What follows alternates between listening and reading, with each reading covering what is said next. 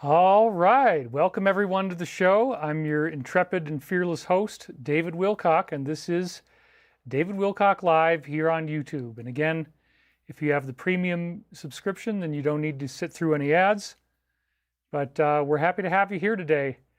It is such an intense time, isn't it? We have got all this stuff going on in the world, and it is frankly very scary. So one of the things that we're doing today is we're going to engage with that fear head on. We're not going to look away from it. Is there anything positive that could come out of this situation? That's the key question for today. You might be thinking right now, hey man, I don't know. This is all so scary. It's overwhelming me. I don't know what the heck I'm doing anymore. I don't know what to think, what to believe, what to feel. I get that. There's been a lot of dissension. There's been a lot of people upset. There's been a lot of angry feelings, a lot of upset emotions and things like this. And this is part of the times that we're in. We knew that this was going to happen. We were warned about this by many ancient societies, many ancient cultures, and we are now in the thick of this. So what we're going to do is actually engage on a very interesting topic, which is a crop circle that came out on, I believe, July 20th of last year. As you can see right here, that's the crop circle, and it actually shows a marine mine. That's right, we're going to go through all this. And so, of course, with the Strait going on and the ships not being able to pass through and all of these crazy things, this crop circle showed us that last year, that the mines would become a critical issue, that they would become the paramount issue. This would become the big deal that everybody's focusing on. And because this formation ties in with so many other formations, we're going to go back through some slides we did last year, because now everything has changed. It is so interesting what is going on. So I believe ultimately that this prophecy that you're going to see today tells us that we're going to be okay. And part of it is the area that it came in. It came in Andechs, Germany, Andechs, which is an area near, it's an area that actually survived World War II. They preserved a lot of records there. And so very interestingly, it appears that the location of this formation that I'm showing you is part of the mystery. And I believe that what we're going through is actually a necessary transition. It's a scare event. We're going through fear. We're going through terror, but it's all part of an evolutionary process. Now, that doesn't mean I'm rubber stamping all things that are going on. I mean, war is hell, and it's terrifying, and it's awful. So I'm not trying to say, hey, this is great. But I also want to say that we are in an environment where we have to be clear with each other about the fact that things are real, that there's real stuff going on. It's already happened. So I'm just dealing with the fact that the war is already happening. We're already in it now. We're already dealing with this now. Is there anything positive we can get out of this or not? And I believe the answer is yes. Wow, okay, we already had a great donation from R.W. Phoenix. He donated $333. He says, Namaste, David. I hope you are doing well. May peace, love, and light be unto you and us all. Thank you very, very much for that, R.W. Phoenix. And yes, David Savage says, Happy Eastern Orthodox Easter and Catholic Divine Mercy Sunday. It's also a bunch of holidays commemorating the anniversary of the first manned spaceflight by Yuri Gagarin, International Day of Human Spaceflight. I did not know that. Sorry that I popped this on you guys at the last minute last night. It was another rough week for me, and I wasn't sure if I was going to do a show. And once again, my dear friend convinced me that I have to do it. I have to get out there because, again, as long as, now we're recording. Okay, I didn't record the beginning, but now we're recording the rest of the show on my little hyperdeck. That's too bad, but I only missed a couple minutes. Anyway, yeah, I don't believe that this is all doom and gloom. If I did, I wouldn't be here. And I do believe that what we do when we get together here is to help affect the outcome in a positive way. So that's what we're really trying to go for here. We don't want to have this happen. Why has David had a rough week? Well, because frankly, this situation upsets me. I'm upset by the situation. We wanted to have these negotiations go through. We didn't know what was going to happen. You remember, as of Monday, there was a deadline again, or Tuesday, and yeah, it became Tuesday, where if they didn't accede to these 10 points that there was going to be a huge campaign of blowing everything up, blowing it to smithereens. And then if that happens, all of a sudden we're in a mode of, oh my God, now we're going to get, they're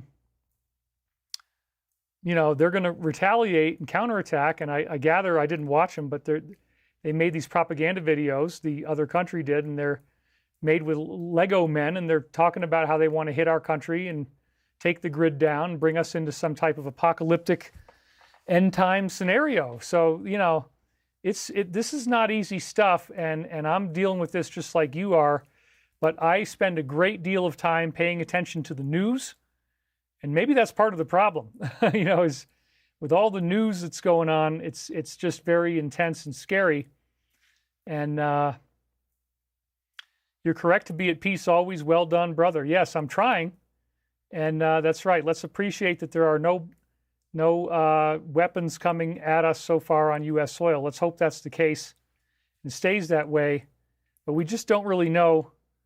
So look, I get it. Leanne Boudreau gave a donation. Thank you very much. We do need those. And here's another one, Rockety Rocket. Namaste, David. Forecast near you shows freezing temperatures and snow coming up this week. Please stay safe, conserve supplies. We need your insight and wisdom as we prepare for ascension. I did not know. Yes, Nick Pope died. That's right. That did happen. I don't know about freezing temperatures. I haven't seen anything like that. I hope that's not true. But if it is, we'll deal with it when we get there. Last time I looked, it was not like that. But anyway, we're good. Things are good. And I want to thank you guys for being here today. In fact, thank you so much for being here today. I sincerely and deeply appreciate you. And we are continuing to go through very, very intense times. So, David, is it possible we are in Satan's little season? Is that why everything is so wacky? Well, look, I hope it's not going to get a whole lot worse, but we do need things to change pretty quick. There's a potential domino effect getting ready to happen. And so that's why I think this crop circle is really important, because again, the city where it came in survived World War II, did not get blown up. And I hope that that is prophetic of how we're going to be okay as we work through this. There we go. Zoran's mom donated $100, and she says it will all work out in the end. Thank you very much, Mary, for that. We appreciate you very much. Index Kloster makes the best beer. I've been there a few times. It's a beautiful area of South Germany. Nice trip from Munich. David, how does this help our ascension? Well, look, our ascension is not going to be helped by being in denial and ignorance about the things that are actually happening in the world. What are we really dealing with? What are we really facing day by day? And, let's be honest here. This is a very difficult situation that we're in. I'm not kidding you. I mean, these are the times that try men and women's souls. This is a very intense period that forces us to look deep within and try to ask big questions about what's going on, and what do we learn? What are we learning in the universe? Are we growing? Are we succeeding? Are we making progress? Spirit Study donated, said, rest in peace to Nick. There is no death. It is an illusion. There is only life, life upon light, life upon life, light upon light. Love and respect to you, brother. Thank you very much. And yes, that's exactly what's going on. So again, we have a code. If you'd like to donate by PayPal or some other means, the moderators can put that code in there. It's up to you, but if you do, and next week I will be reading the names of everybody who made donations that way. I'm sorry, I was so busy with last-minute preparation and all the late-breaking news that I didn't get those names in this week, but we will have them out next week, and I'm glad that that's going to happen. So anyway, it's an intense time, man. This is very scary. It's not for the weak-minded. It's not for the weak of heart. And I'm just trying to give you some perspective here to say, wait a minute. There's people out there who are panicking. There's people out there who are saying, oh my God, it's all gone to hell. There's nothing positive that can come out of this. It's all just a big crap show.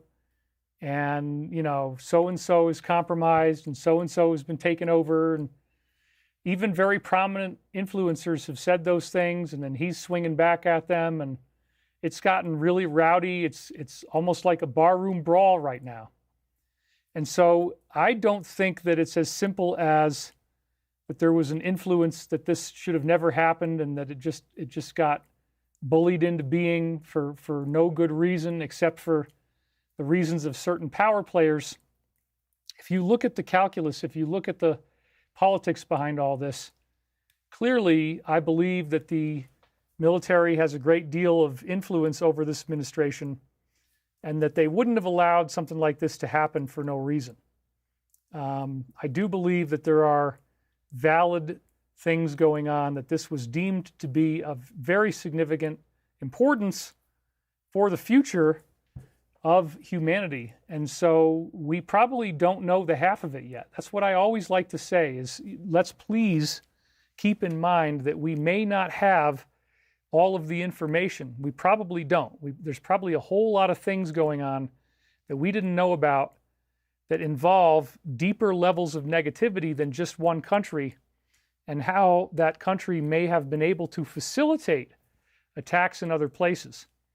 And so maybe their military capacity, I mean, we had a briefing. We got an actual insider briefing through our aerospace company that said, and we'll talk about this a little later, that this is going to be the last major war we're going to have. And once we clean this up, and get this fixed up, that, things are going to be okay now, and we're going to be in a different reality. So I really do hope that's true. It came from an authoritative source, and I think that there's something to it. So, that's my goal, is to try to get us through the negativity, through the fear, and back into a positive framework. Because again, you guys are here. I want to read your comments too. Everything is working out for the higher good, and so it is Jocelyn Love. Thank you for your update on the news. I'm not watching it because of its effects on my frequency. You deliver it in the most gentle way. This is Mary Stavro. Yeah, so I want to be positive, and I want to be clear, and I want to be, grounded in my understandings and not just fall into this collapse mentality, because a lot of people are in that mentality. They're not feeling very good. They're feeling terrified, and I get that. It's a very scary situation. And I just want to be able to show you that I think there's more to it than we believe. And we've never really seen anything like this. We've never seen a conflict like this in recent times, at least, where it starts spreading to all these other countries, and there's strikes going on with different countries in the Middle East.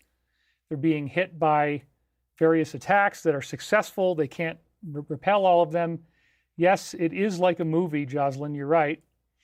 And so, yeah, it's very intense, and a lot of insiders warning to prep and store water. Well, I hope that won't be necessary. But yes, it's always a good idea to be prepared in case things get too disruptive. But again, we're still looking at the possibility that there could be major positive developments coming up here in the near future, because there are still going to be negotiations going on, and we can hope that those negotiations will actually create peace.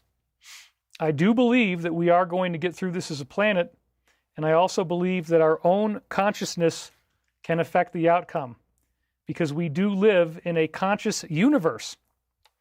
So this is something I always like to focus on, is the fact that we are not alone, that we do have benevolent, loving beings out there who are looking out for us and want our highest and best good. If I didn't believe that, I wouldn't be here, because to me, that's a very, very important part of the story. It's a very important part of the process, getting clear with who and what we are, remembering once again that we do live in this conscious universe. And that's very, very important. So let me just actually have to get something out of my nose here. So let me just keep you on that screen for just a second while I do that, and everything is going to be good. So yeah, there we go. Oops. And, so I'm just trying to do the best that I can do here for you guys, and to have a positive outlook on this stuff. Ooh, man, I just spilled makeup on my shirt. My goodness, it's not a good day, but that's all right. Let's see how I can handle this right now. We'll do a little bit of water on the shirt, and we'll get that done. Man, that was a bad thing. But that's okay. We're still going here. So you guys hang with me here. Just going to do a little bit of maintenance on my shirt and we'll be fine. Okay, so get that done right there. This is a big piece right here that just came in, so grab that. Man, oh man, no rest for the wicked today. So anyway, it's all good. We're going to get through this together. You guys are here with me. We're having fun, and we're going to make a great show. So I just got to not spill makeup all over my shirt. I pretty much ruined this shirt in the process of doing that. We'll have to hit it more later. But sorry about the noises you're probably hearing on my microphone as well. Anyway, life is good, and we're making our way in the universe here. It's all part of the grand design, I guess. David's got to make his shirt a mess. That's part of what happens when you're live. You can't control these things. It just splattered right onto my shirt. Anyway, I do feel that we're going to be okay, that everything's going to work out somehow. And, let's just focus on that, because honestly, what's the point in just being negative and panicking about everything and thinking that we're all doomed and that there's no positive outcome that can occur? I don't think that's a good thing. And so we're just going to try to be positive as much as we can. Let me just keep on scraping at this a little bit more. Wow, that is really, really in there. I guess that's curtains for this shirt after today's show. But, anyway, we've got it. And no big deal. The only one that really shows you these stains is over here, camera number 4. So maybe we'll just de-emphasize that. But anyway, we got a couple good donations that just came in. We got Spirit Study 1 over here and donated $10. And we also have Roger Zubarik. So Spirit Study says, David, you're doing great. You are appreciated. Everyone, purify your thoughts, intentions, and actions. The God of all is holy. It is for us to align accordingly. Peace. Roger Zabarik says, David, thank you again for another great show. Appreciate that very much. All right. So, let me not get too preoccupied with my shirt here. We're going to lose people. Anyway, I have a great organic stain remover. I will send it to you. Okay. Thank you very much. We can't see it on your shirt anyway. You are spiritually glowing, somebody says. Okay, so look, again, my focus is on trying to be positive, and let's not get overwhelmed with the idea that this just has no purpose, no meaning. I mean, it is sad. We don't advocate war. We don't want to see these things happen, but at the same time, what we need to do is just, get beyond the negativity and get into a positive framework. So we do that by setting our intention cosmically, that we are looking at affirming the nature of who and what we are in the universe, the nature of what's really going on, how we get here, how we got here, where is this taking us, what is the main objective of life on Earth, what are we really about? And, that's, to me, that's a very big positive. So, we're going to be okay. We're going to get through this. Yeah, it will come out in the wash. Makeup washes off pretty easily. I just wanted to get as much of it as I could right now. And I think I've done a pretty good job of that. So anyway, it'll be fine. And this is going to dry in no time because it's so freaking dry up here. So yeah, it can just be used as an everyday shirt now. Dawn and OxyClean, people say. Anyway, we're good. And everything is good. So thank you for being here today. Let's try to focus on the positive again. I think this is very, very important for us that we do that. And so let's talk about the grander perspective on this, because we are living in a conscious universe. And to me, that's really where this all comes back to, is we are not alone. We are not abandoned by the cosmos. And that means, to me, that our planet is not alone, and we're not just going to go down into some hellish timeline. Now, a lot of people are worried about this. A lot of people do not know how this is going to work out, what's going to happen exactly, and I get that. It's pretty scary, but we're going to start out today with some affirmations. I think that's a good way to open up the discussion. Then we're going to get into all of the things that we're looking at and how they all fit together. Whoops, we had another big donation come in.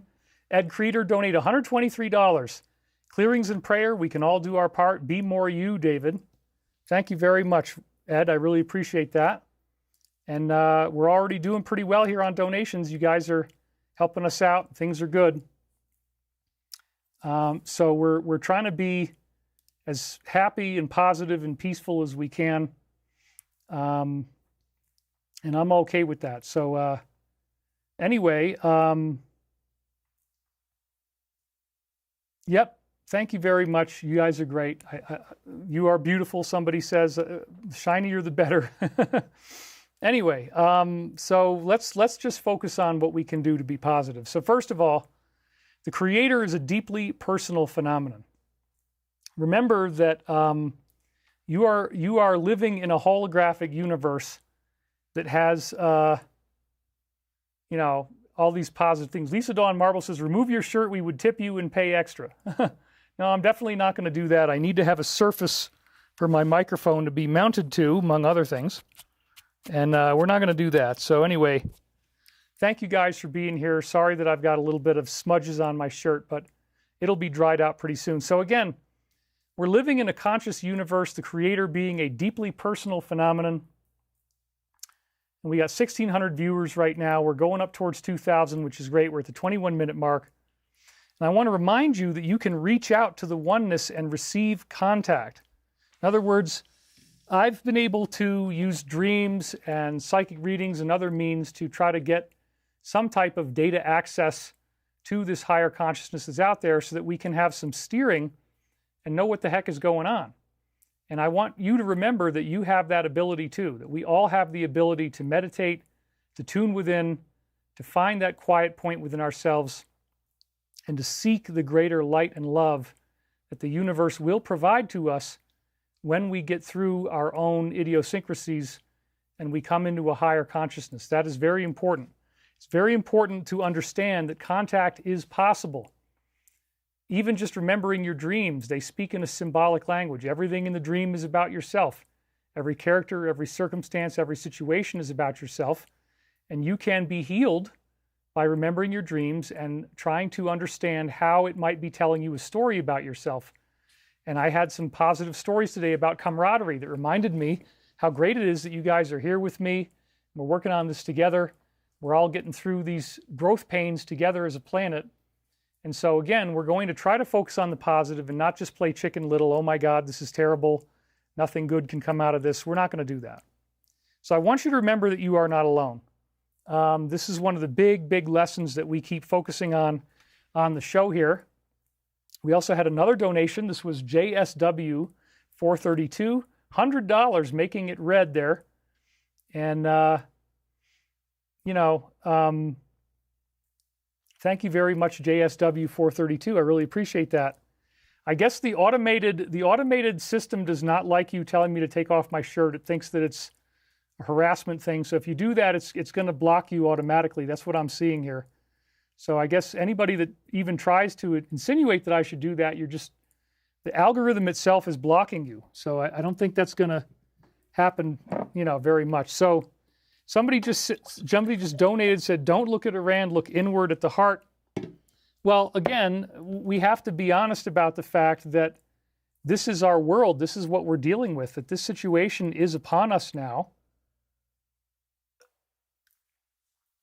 So instead of being in denial and saying, nothing is coming out of this, I'd say, hey, maybe it's not all bad. Maybe there is a reason for why this is happening. Maybe it will be over pretty quickly, and maybe we're still going to be okay. And so, again, it's a very intense time to be alive. And, it's AI is going to block you from saying things. That's true. But again, they're trying to save me from having people say, oh, David, we want you to be naked or something. No, we're not. I'm not getting naked. I'm not taking my shirt off. Sorry if some people wanted that, but that's not what we're here for. So anyway, we're up to 1,723 viewers. This is good. I'm not trying to put a rubber stamp on anything. I just want to have some type of positivity that we can dwell on so that we're not just in this totally negative framework of, oh my God, it's all doom and gloom. So you are not alone in the universe. This is very important. Many positive events can and will occur. And I do believe that, that we are just at the beginning of something that, that could be very, very positive. And it's a big, big shift. Somebody just donated here, and it's J. Bo Philippe. Off topic, did the Base 3 math book ever come out? P. Peterson spoke about years ago. If so, do you know the name of the book and the author? Yeah, we do know who he is, but because of the trolls and everything, I'm not going to give his name out right now. It is a very fascinating discussion, but it's not really where we are right now. But again, thank you for the donation. I appreciate it. The basic bottom line for that was that he said that this particular scientist had worked in classified programs, and he discovered that, in fact, there was a way to create a base 3 mathematical system and base 6 also, and that by doing that, this Jagalkin algebra, that you could get irrational numbers like pi and Fibonacci and make them into actual integer numbers where they actually have a certain number of digits and they don't just repeat forever. But it's a very arcane discussion, not really on topic with what we're doing today. But thank you. Little Tiny Joe donated. We are all one, just different levels and journeys. Namaste, she says. Thank you very much for that. I don't want to get too distracted. We do bless Nick Pope and his loss. I'm sorry that he's gone. He was a great researcher, great ufologist, and so we mourn his loss. Anyway, it's all going in the right direction. I do believe many positive events can and will occur, and you are surrounded by great friends. That's one of our main contentions here, is that the positive side actually does come about through being able to recognize that we're not alone in the universe and that there are beings here that are guiding and protecting us and watching over us. And that's very, very real. So learning that we're not alone is a big, big step in getting us through how we become more evolved, how we become more in tune with our environment. And again, these beings do not want us to be making war with each other. That was made very clear in Fatima. It was made very clear in World War II with the incident of the flyover of Los Angeles, the Battle of LA, which was a flying saucer in there, as I showed you in previous weeks. So, but when we have to deal with something like this on Earth, I also believe we are protected. And therefore, even if it's very upsetting, it's still gonna work out in some grander sense. Xander Stevens, people are wrapping up their global karma now. Yes, I totally agree with you on that one. And, this is an intense time, but it's a good time. It's a time that we can make a lot of progress. Remembering that we are bathed in love and light, that we are never alone, and that the universe is alive and conscious, and it's giving us what we need to rise to the next level, to go through an ascension. We are surrounded by loving energy, and we can become integrated with that energy by living in our truth and being in our own radiance and being in our own peace. And finding how we get through that is a very, very important step. So I want you to remember that. Never lose track of how much you are bathed in love and light. Also, I would ask that you live in the knowingness of infinite mind. And this just simply means that your mind is part of a galactic and cosmic, interplanetary, inter-universal energy. There's a universal mind that we're all a part of, and that's the big lesson. That's the big teaching of this dimension, of this reality. And it's very fascinating. So, hi, David Wilcock, somebody says. Thank you for coming on live. You are appreciated. Thank you very much for that. Thank you for putting the donation link out there if you want to do that. And so, yes, everything happens for a reason. This is all part of our frequency upgrade. Yes, I do believe that. What about the whistleblowers and scientists who are missing? We're going to talk about them a little bit as well. So you guys have lots of questions, lots of ways you want to go, but let's just focus on what we're doing here. Living in the knowingness of infinite mind is very important for everybody. Knowing that you are not alone and awakening to your divine potential. Recognizing that you are a creature of this infinite universe, that you are a perfect hologram. We've talked about the photonic influence. We've talked about how photons carry consciousness. They carry biological information. And so we're all going through an evolutionary leap here, and that's really what the big part of the process is for me, in understanding the big picture, and understanding the game, who we are, what's going on, why is this all happening to us right now. Man, it is very exciting. It's a very intense time to be alive. So again, you can be made whole and pure within yourself, and it starts just in the moment. It starts with inner silence, peaceful meditation, going within, being quiet, being a good steward of your own energy and your resources. This is really how we get where we need to go. And Audio says, get enlightened, it's not that hard. Stop living in hope and angst. What's new? When will disclosure be? Soon. Yeah, we got some disclosure news coming up here. That's one of the things we're talking about. The divine plan is the ultimate truth.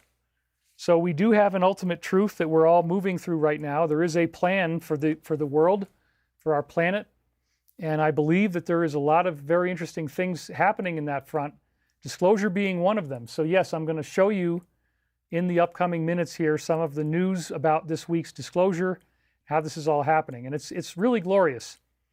But again, our divine plan is the ultimate truth. That's very important. All roads do lead back to the one. Don't forget that either.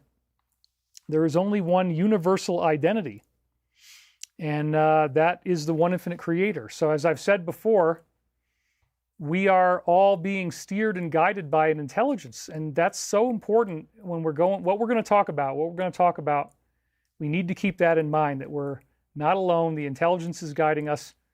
We're not going to just be laid to waste here. The planet is going to be preserved. And, individuals may come and go, but the planet itself, I think, is going to be fine. We're very well protected. We have allies. And remember what these higher beings have done. It's part of the big disclosure news, really, is how these various extraterrestrial beings have prevented nuclear war. They've prevented exchanges of horrible things happening that would bring us about. Even recently, we looked at the idea that where these B-2s were taking off, that there were these drone sightings over there. So look, these higher forces are not going to let us get into too much trouble. Some trouble could happen. I get that. But, Beverly Adams says, I'm late, but I'm here. Love you all. Thank you for being here, Beverly. Anyway, we're at a good time to be alive, good time to be here. And we're 32 minutes in. We've now got 1,800 viewers watching, a little bit below where we've been previous weeks. But again, I'm popping this on you in the last minute, and you guys still show up for me, so I really appreciate that.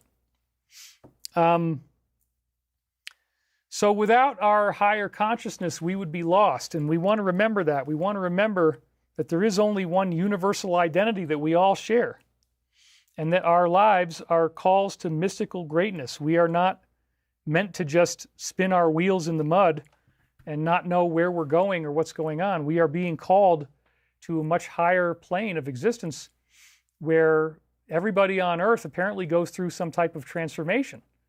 And this comes a lot of times through difficulty and pain, and deep inner seeking, deep inner solitude can get you there, but it's also through initiation. There are difficult events happening on the Earth. We get thrown into them. We have to figure out what we're doing. How do we want to live our lives? What is the objective of what we want to get out of life? And that is powerful stuff. It doesn't come easily. We have a lot of challenges that come our way, and we got to just be resolute in our dedication that this is who we are. We're here for a purpose. We're here for a higher calling, and we're going to make that higher calling manifest on Earth as it is in heaven. Love always wins out over great darkness. That's another beautiful one. Remembering that love is the essence of the universe, and right now there are all these attacks against you trying to keep you from having a loving state of mind, from a loving consciousness. And so I want you to be able to step back from that, and I want you to be able to recognize that love is the essence of the universe, and I want you to focus on that every day. Focus on loving yourself, focus on gratitude, focus on joy and peace, however you can. And if you have to tune out the news, that's okay. I spend a lot of time focusing on it. It can be very upsetting, but it's also my job to stay tuned into events. And I also recognize that darkness does enable us to see the light. By examining these things fearlessly, by looking at what's going on, we come to a greater unified whole. And there's some great disclosure stuff going on. In fact, this coming week, we might be getting a big announcement. The disclosure might be about to happen as of April 14th if Representative Anna Paulina Luna's deadline is right. So that's very, very exciting. And anyway, I just got a couple more of these and then we'll get into the news. But positive consciousness leads to enlightenment. That's one of the things that all these great ageless wisdom teachings tell us, is that when you focus on the positive, when you focus on being loving, this creates enlightenment. This creates this state where you break through the hologram, you see reality for what it really is, you are awakened to a greater truth that is above and beyond all of us. And yeah, we're integrated with it to some degree. We're a part of it, but it's not defined by us. It's defined by something much greater than we are. And we're just living out our lives here on earth without knowing all of the secrets at all. Where confusion is inherent in third density. And we got to recognize that the Creator might be a lot bigger than we think. There could be a lot more going on to all this than just what we've been told. And therefore, we have to be resolute in our dedication that we're going to focus on looking at what we don't know. And that's also on a planetary level as well as a galactic and universal level. We don't really know what this is about. We don't really know why they're doing this. And again, I don't want to rubber stamp it, but there could be much greater initiatives in play. I don't think we would have gone into this thing haphazardly. I think there's a reason behind all of it. And that's at least what makes me comfortable to believe that. So your imperfections make you a unique individual. This is another really important thing. We have a lot of imperfections in the world right now. There's a lot of things going on that seem very dire and very sad and scary. But this is what gives us our own unique hologram in space and time right now. Why are we in this? What is going on? How are we going to get through this? These are the big questions that I want you to be asking. And so in your own life, when you have imperfections, those are what actually make you a unique individual and bring you beyond your own limitations. So embrace those and embrace your character as it is. You don't have to be stuck in that.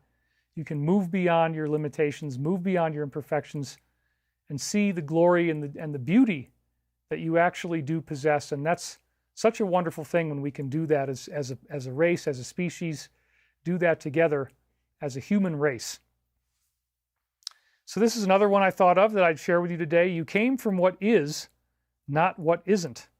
And that's kind of a koan, like a paradoxical statement. But what does this mean? This means that the universe was created, something had to have created it, and therefore you didn't come from nothing, you came from something, and that something, all great teachings continue to assure us that that something is a loving, infinite mind. And so you came from what is, not what isn't. You came from this loving consciousness, and we are going to be preserved no matter what happens to us. Everything works out for the good in the end. And you will return to what always is and has been. There is no loss in the universe. There is no death. So therefore, you don't need to fear death, because it's something that just transitions us into another realm of existence. There is no loss. And they try to play on that, don't they? I mean, the negative forces try so hard to play on, the fear, the negativity. Oh, good, we're almost up to 2,000 viewers now. That makes me feel great. Thank you guys for showing up. And I guess it's all fine and good that we're doing that. Jay Bo says you should do a science teaching on how everything works better using base 3 math. Well, I'll talk a little bit about it since you requested it. I mean, the basic idea is that when you use base 3 and you start doing various, constants like pi and Fibonacci and other things, they become integers. They no longer have endlessly repeating decimal points on them. Like pi is 3.14159, da da da.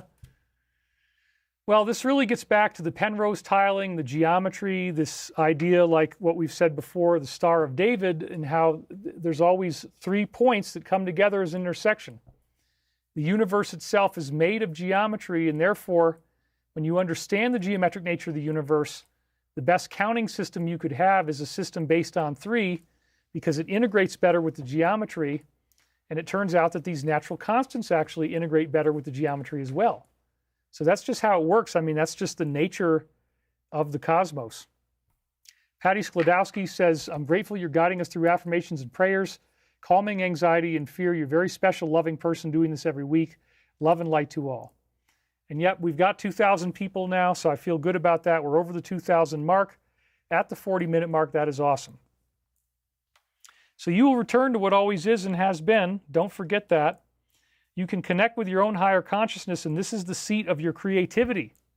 Creativity really arises from our own connection with the divine. That's why we tend to become so enamored with artists and musicians and creative people, because they're harnessing this universal force that is so much bigger than we are. And we think of that as something that's just so awe-inspiring and wonderful and beyond our own capacity. Well, the more that you can get in touch with your own higher self, the more creative you will become, the more your creativity becomes a living part of your life and your soul. And that's a good thing. So you want to harness your creativity and embrace your creativity. And again, we're dealing in a very chaotic environment. We're dealing in a very chaotic situation right now.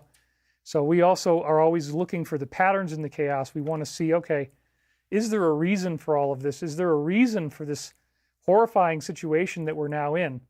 Or are we just spinning our wheels in the mud, and is there no greater purpose for this? Well, again, I believe that there is a greater purpose, that there is something that's going to lead to a more organized and peaceful world in the future, and not just doom and gloom. So again, you may not be able to see that at all, but I want to at least give you the opportunity to consider the possibility. That's all we're going to do right now. And we want you to explore those unanswered questions. Let's try to figure out what's the real meat behind the story here, and how do we get into that. And again, do not settle for the predetermined answers. Where, it's all too easy to just be spoon-fed information by the media, by authorities, and say, oh, okay, I get what's going on. And we're in such a polarizing environment right now between both sides of the political aisle, and then even within these political ideologies themselves. We've got so much contention going on, so much strife and fault finding, and I can't encourage us enough to try to get along with each other. And therefore, definitely it's an upsetting situation. Definitely there's things that people don't like. I get that. Let's try to focus on what good can come out of this for all of humanity, if there is something, and I believe there is. Bonnie Demlong donated. Thank you very much for that. She donated $20. She's been here for a long time, long-term supporter. She says, thanks for being you. And we're doing pretty good here. So keep those donations coming. We love that. It's very important that we have them. And so, again, we're very, that's true. FYI, if you put too many emojis up, it gets held for review automatically by the algorithm. So if you do that, the algorithm is going to snag you. For whatever reason, that's another thing that it does, just so that you're aware. So anyway, we're going to, it's all good stuff. And time and space are not merely definitions of who and what we are. They are the boundaries of the cosmos, of what we really represent. And that means so much. We're able to take stock of who we are and what's really going on. Yes, hit the like button, spread the good vibes, and we're getting through this together. So it's a positive. I really do hope that we can focus on the positive and focus on what is good. Let's ask ourselves another cosmic question. What could be created without a creator? We're talking about the higher consciousness, talking about the universe and how it made us. Could there have been any of this material reality without the creator? No, there could not. If somebody put something into a box, if there are items inside a box, somebody had to put them in the box, or they had to get in there somehow. So that's the basic idea of the creator again. Beverly Adams, thank you, David, for keeping us sane for decades, even if you went away from time to time. We had your books and your work to keep us going. The feeling of spiritual connection has never ceased. I appreciate that, Beverly, very much. Yep, and we're going to talk about missing contractors a little bit later. But anyway, it's all good. So what could be created without creator? Nothing. The creator is the totality of the universe. And this is, again, a cosmic conception, a cosmic reality that we can tune into as we recognize, yeah, there is a galactic and a cosmic beingness to the universe that we all share. We're all a part of that, and it's wonderful. And it has very deep resonance for us in every way. We are not alone. We are made in the image of a higher consciousness, and it's beautiful. You also manifest the reality that your thoughts create. This is the great lesson of the Buddha. It's the great lesson of the Seth books by Jane Roberts and many other sources. You create your own reality is a very important principle. So you want to have your thoughts beyond the positive as much as you can. I know it's not always easy, but that's what I'd like you to do. And so, again, we have to create that positivity here on earth for ourselves. And one of the ways we can do that is to pray that these negotiations that are going on right now will create peace. So I want to give you an update on that in part, because that's part of what's going on right now and part of the scenario. Because we do really pray that these negotiations will create peace, because many people are developing something called learned helplessness. They're just numbing out. They're not paying attention to the news anymore, and they just say, oh my gosh, everything is going to go away, everything's going to blow up. It's terrifying, it's awful. Well, I wouldn't encourage you to go there. I would encourage you to try to focus on the positive, keep an expanded perspective, use your mind as it's made for to explore consciousness, to give you new perspectives, and to not get mired in the negativity that so many people are stuck in right now, because it's very scary. I would also say it's important to understand your strengths and weaknesses. Recognize where you're not strong. Recognize where you have, idiosyncrasies and difficulties with how you live your life. And, we're going to be okay, but it takes a long time to get to that point. And it's going to be a big journey to get there. We don't do this automatically. We don't do this overnight. It's going to take time. You pay attention to the news, says Mr. Disclose Seeker. There's no doubt it's a definition of where you are on an unhealthy path. Look, how could it be unhealthy to focus on the news? I mean, we have to be aware of what's going on in the world, because if not, then you're leaving yourself to the whims of fate. I don't think it's wise to ignore the news. I think it's a good thing to approach reality. You got to face things. You got to face reality, take it head on, and not be afraid of it. That's a very important point. Paul implies that the universe is the creator. Yes, I would agree. People need to grow a thicker skin, believe in God. God is telling us not to worry. God is our protector. It's a great way to live, says Gizmo's mom. Yes, I totally agree. So anyway, I think we're going to take care of that one too. Anyway, there's a lot of things going on that I think are very positive, and so we're going to be okay, but we just have to focus on our own plan and how we get there. And being alive and being in the now is a very important step for us to get clear with what we really are, how we're really going through the universe, and how we get to the next level. These are very important steps. And I think you are all overthinking this. It had to happen. Well, yeah, I mean, for whatever reason, this is something that's really changing, and we're all having to go through this. So yes, I do pay attention to the news. I do think it's important. I do think we need to do that, and it's better that we do than if we don't pay attention to it. Okay, so this is a collective initiation, and given this crop circle prophecy and all the connections that it has, I suggest that this is the big one. We are not just going through just another war on the path.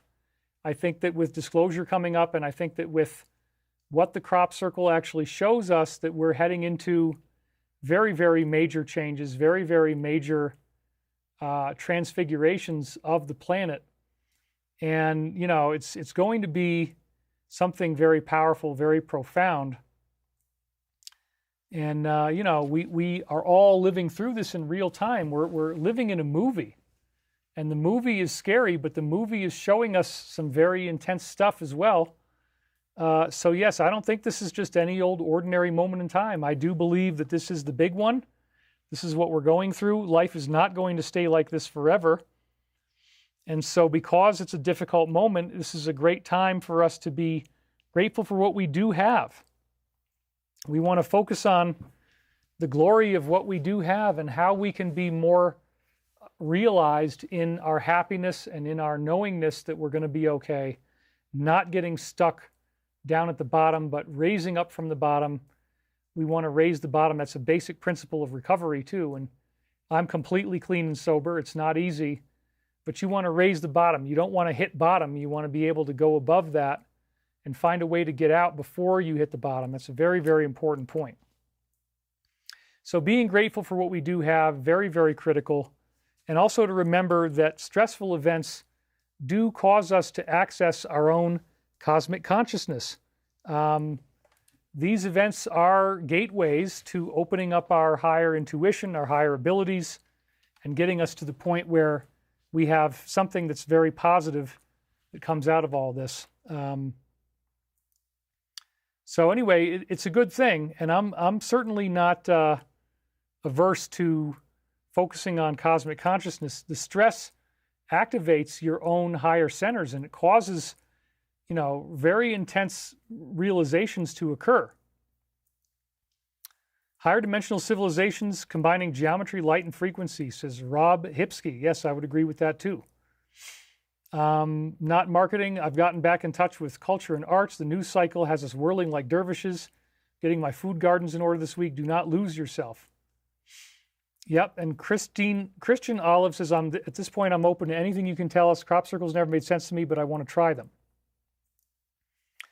So anyway, it's all good, and I'm happy that you guys are here. So another thing we can talk about, the stressful events activating cosmic consciousness, gets into a discussion I had with my friend Jude, which is regarding the difference between dialectic and paradox. And yes, so if he's out there, he can leave a comment right now. I don't know if he is watching live or not. But anyway, we had this discussion, which is both dialectic and paradox refer to thought issues, thought problems, contemplative issues where two things are true at the same time. In a dialectic, the two things that are true at the same time come into resolution through being in conflict with each other, whereas in paradox, they come into resolution through synergizing with each other. And we do both. So a paradox is two like ideas that come together through synergy. So two conflicting ideas that are both true, but come in through synergy. So idea number one would be, I love myself. Idea number two would be, I hate it when I do that. So then in synergy, you would say, I love myself and I hate it when I do that. And that's okay. I can love myself for both things. Whereas with dialectic, you have a conflict between the two ideas. And then through that conflict comes synergy. Now, this is where the negative can open up if you're not careful, because like the Hegelian dialectic, order out of chaos is part of the working principle of the negative side, how the negative likes to do things. It likes to create order out of chaos. And so again, but there are ways in which the conflict of true concepts leads to a higher concept. In a war, both sides believe that their ideas are true, but they're coming into conflict, and then there's a greater synergy that results from that. And so we're hoping that these warring sides can come into some type of, synergistic union with each other. We're hoping that this can be a positive. So Rob Hipsky says, awesome psychology. Thank you. Project Skyfall, thank you for the great information. Well, I'm happy to do it.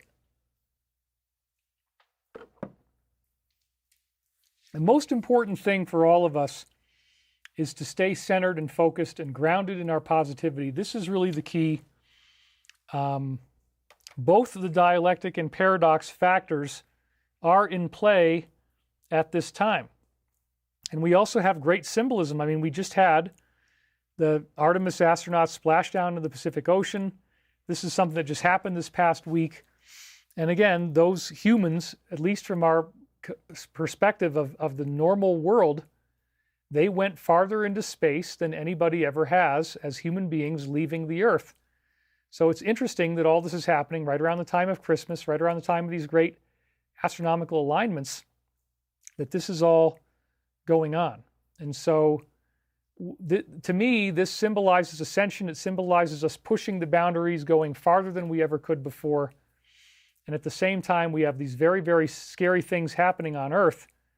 And so it's a challenge for us to expand our own boundaries. Can we get out of the fear bubble and get into a greater level of truth? And I think we can.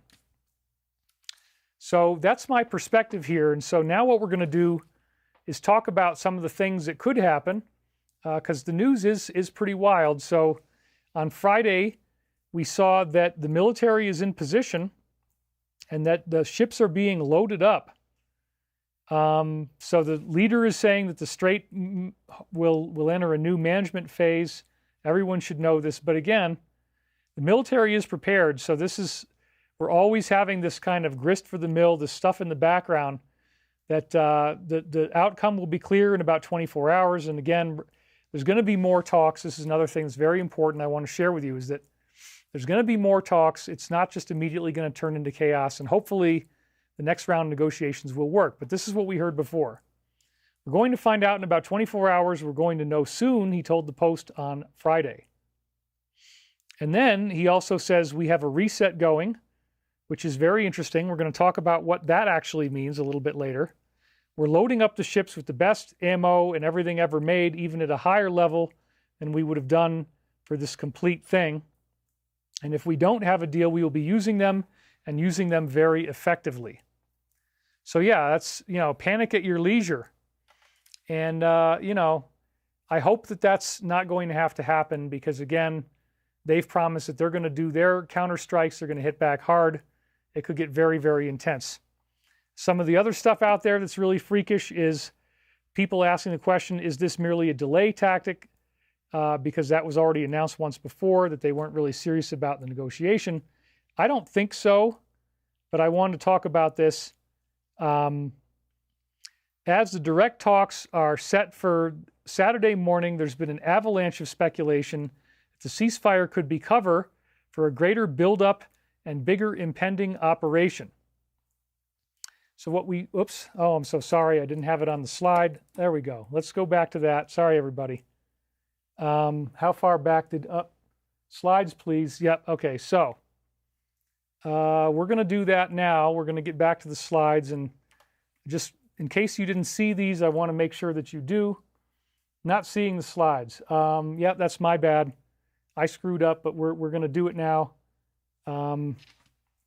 Anyway, sorry about that. But now let's go through those slides again so you can see them. I'm sorry I missed out on that. Here we go. So they are in position. He's preparing the military if they fail to comply, loading up the ships. The leaders claiming the Strait will enter a new management phase. So then it goes to this. The outcome will be clear in about 24 hours, he said. We're going to find out about it in 24 hours. We're going to know soon. He told the Post on Friday. And then, again, it says we have a reset going. That's very interesting. We're loading up the ships with the best things ever made, even at a higher level than we would normally have done for a complete process. And if we don't have a deal, we will be using them and using them very effectively. So yeah, I mean, some people are going to be really upset by this type of rhetoric, by this type of talk. I get that. And, it's a very intense time when you hear these kinds of things being said. There's a lot of these types of provocative statements going out there. And I understand that it can really be frustrating, and I understand that it can be upsetting. But I just want to show you, again, what's the hologram, what's going on in the world today. And then the next set of slides that we missed, and now I'm making it up to you. Sorry about that. Are they merely a delay tactic? Speculation is surging that this could be a delay tactic ahead of expanded action. As I said before, I don't think this is what's going on, but this is part of the news that's out there right now circulating around. As direct talks are set for this Saturday morning, there's been an avalanche of speculation that the ceasefire may only be a cover for a greater buildup and bigger impending operation. And then we got to this one where this tweet says, case in point, more than 70 transport planes landed within 24 hours of it taking effect. That suggests possible preparation for even something on the ground, solidifying speculation that there may be a regrouping going on. That's very intense. And then at the bottom, it says that this truce proposal seems awfully similar to the Minsk agreement trap that ultimately fueled this larger conflict over there. Just as they used that to regroup and do these other things, this proposal may be the same. And again, I got to be careful about keywords here, so I try not to say too many keywords. 70 transport planes within 24 hours after it took effect. That's pretty intense. So some pundits say they needed more time to get large contingencies of Marine and airborne units in place, possibly for a risky island campaign involving reopening the Strait.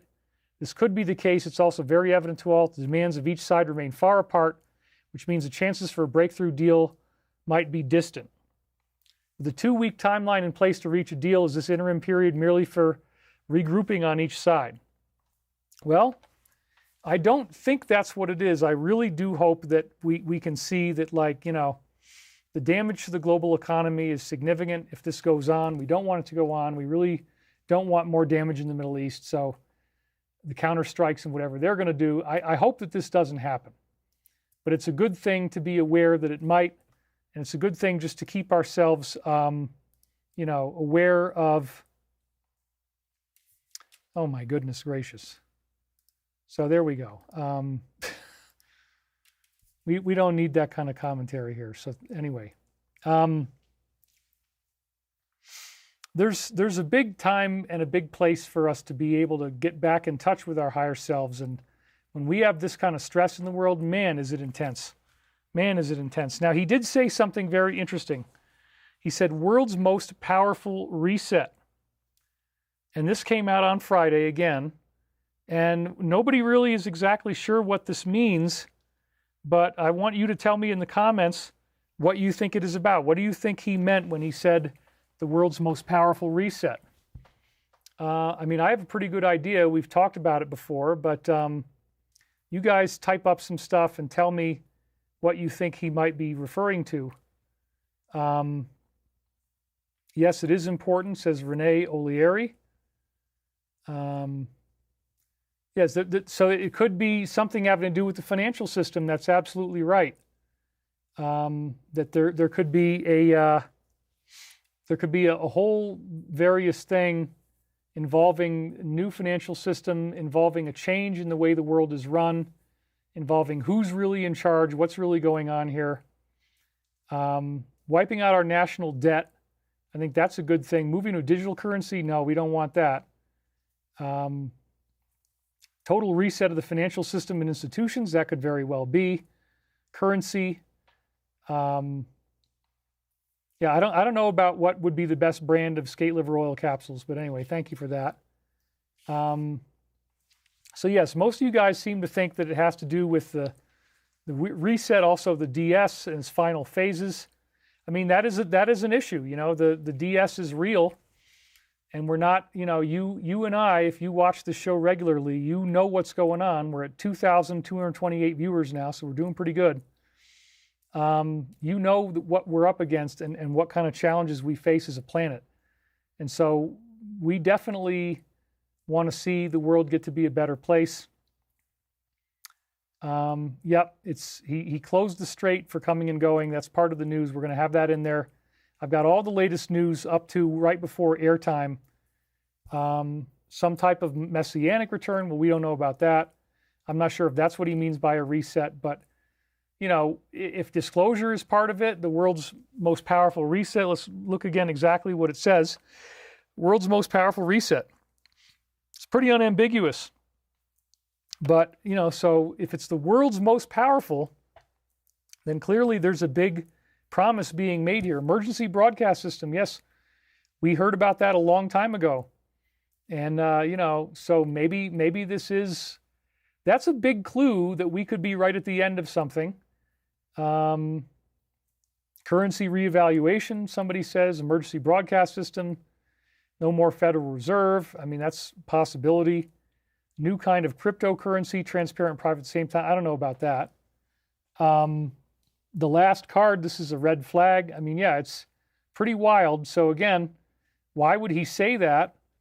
And what does it really mean? And can we get through it smoothly and without a lot of pain? I certainly hope so. Jesus will return, it's possible. But I mean, that's up to him when he would do that. It's not up to us. So we've got a lot to think about here. And again, shifting the powers. Yes, I think it could be a very big shift in a lot of different ways. I mean, if it's the world's most powerful, then it means nothing else is like this. And that, again, fits in with the briefing that we got about that this could be the last war that we're ever going to need to really have.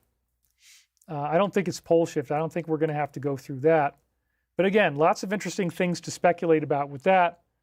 Our own insider sources did weigh in on this idea. I mean, they didn't actually quote that one statement, but they weighed in on the idea. And the idea that they were weighing in on was that this is the last war that we're going to need to have. This may be the last major one we ever have, that this is not going to drag on indefinitely, that this was a final phase that needed to occur in order to get us to where we need to go next. And so if that's actually true, then I obviously see this as a major positive. And again, some people just have nothing good that they want to hear about this administration, and I get that. Again, my family's on the left, and they all are just very distraught right now. But if there can be a way that we get to a better world, if there can be some type of reset there, then it's very positive. So that's what I want to focus on. Let's try to keep ourselves, on a good train here. So last night, apparently there was no agreement reached, and this is actually a very unfortunate development. This was from DTV. He says, the bad news is we have not reached an agreement. We go back to the United States having not come to an agreement. But thank God there will be another round of talks. So then this was from Iran State TV. Some sources claim this will be the last round of talks and that he is scheduled to issue a press statement. This was before we found out that they couldn't come to an agreement. That was with the idea that they might have been making an actual agreement that was going to be binding, that would end the war, but they weren't willing to concede on certain things, the NUKE issue in particular. So that's older news. Sorry about the sequencing of the slides. So then, this is the really good thing here. It says, and this came out after, right around the same time last night. At Pakistan's proposal and with the agreement of the negotiating teams of Iran and the U.S., talks mediated by Pakistan will continue for another round after a pause on Sunday, according to their government. So this is not the end. It's not the last one. We're going to get more talks, and we will be doing our work here today to pray for there being some type of positive outcome that comes out of all this in a way that we hope will lead to a greater good. I mean, that's what we really want. Let's just see if anybody else had anything else new to say here that I missed. They're going to be drafting people in December 2026. Hopefully they won't need that, because again, if there's no other wars, let's hope this is all it's going to be. Charlie Winter just donated $55.55. Thank you very much for that. And she says, hello, David. The reset has everything to do with oil, Venezuela first, and then the Strait in Europe and China are in check. Follow the oil, you will follow the money. He's been talking about this for decades. Well, yeah, I mean, our goal is not to have like total hegemony over the world. I'm not trying to say, oh, wow, let's control everything. But I get what you're saying. I think it's more about creating peace and prosperity for the whole planet. And if there are players that are trying to stop us from that, which gets back to our swamp thing, the swamp thing, right? That's the old movie. Then we want to be grateful for that. I miss good propaganda. They're not even trying anymore, says Richard Starseed. And, you know, again, my focus is on, you can be as negative as you want, but that's not where I want to go. I want to try to focus on the positive. So if he says there's a powerful reset going on here, what does that really mean? Is this going to be the last war? Is this something that needs to happen to reset the system? Are we going to be able to have a more positive world in the aftermath of this? I really do hope so. Because what would be the point of feeling so negative about everything? And I'm just telling you, I mean, it's very intense. It's not a him, it's you, says Jocelyn Love. Well, we're all on this together. And, you know, Black Swan Sybil donated $200. That's pretty incredible. Thank you very much for that. Hi, David, fellow humans. For a grounded perspective on politics, look into Promethean action. They've been providing clear, no-spin analysis. It's really good. Enjoy the wild ride. I'm not familiar with them, but everybody has to use their own discernment as to who they want to watch. But there's a suggestion for you. You donate $200, I guess we'll let you do a plug like that. That's pretty amazing. Thank you very much, Black Swan Sybil. The Alliance is still out there. They will save us. We just have to have faith. Yes, I do believe that that's going to happen. We need to do a mass meditation for the world to awaken and come together. That's what we're doing right now. We're keeping it together for you right now. So anyway, the talks will continue for another round. And then late last night, this made me worried that there weren't going to be any more talks, because it actually says right here, they will not be negotiating with Jared or Steve ever again. And again, you know, maybe not Jared and Steve, but maybe yes to other U.S. representatives. So again, there's a lot of bias here, and I am not trying to display that bias myself, but I'm just showing you what this source particularly said. It doesn't mean that the negotiations will not continue, but certain parties are not being invited. And again, there's some bias in there, some negativity in there, but I don't feel that way. I really want everybody to get along. I want to see the healing of all nations involved in this conflict, and I want to see us stretch across the aisle and reach out to those who, you know, are being stigmatized right now. So this kind of saddened me to see that picture being used and the bias that it implies, but you know what I mean. I've always had that perspective. So anyway, you know, we're still showing you what the news actually says. Are they, again, ready to go right back into war? So that could happen. This was another thing they just said. They're on alert for immediate readiness to return to war following the collapse of talks. Well, let's hope that leverage can occur so this doesn't happen. Because again, we really don't want to see this thing spiral out of control. Oh, Shaver Cooter said, I sent a super chat, David, but you didn't read it. Let me see where that is. Oh, there it is. I got it. Okay. Actually, probably a good thing that I didn't read that. So, whoops. Let's see here. Oh crap! You guys, I just screwed up, and I gotta fix this window somehow. So let me try to zoom back out. Hold on a second. I've got a little issue that I got to address here. If you can see this, I zoomed way in on the text here. It was a weird little thing with the mouse that happened, and I gotta fix that right now. So let me see if I can get this to work. Hold on a second.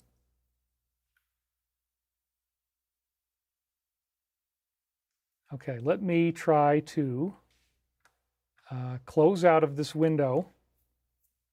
Or maybe I'll reset the window. I'll hit refresh, see if that does anything.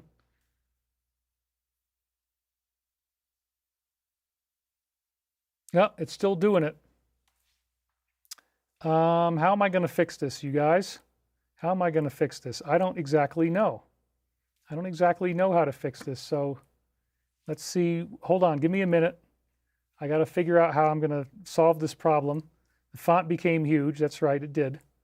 So it's a mouse command that does this. Hold on a minute. I can't seem to get it to work. Is it the side button on the mouse? No. If you hit Control, it should help. Let's try that. Well, I don't even have I do. Okay, so. All right, let's figure out how to fix this.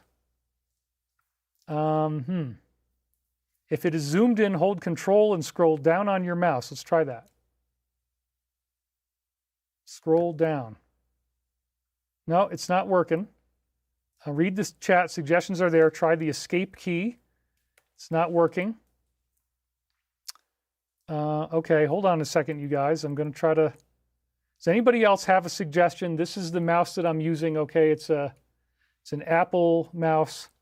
Somebody, and so we got to have an Apple Control scroll out with mouse. Okay, let me try that.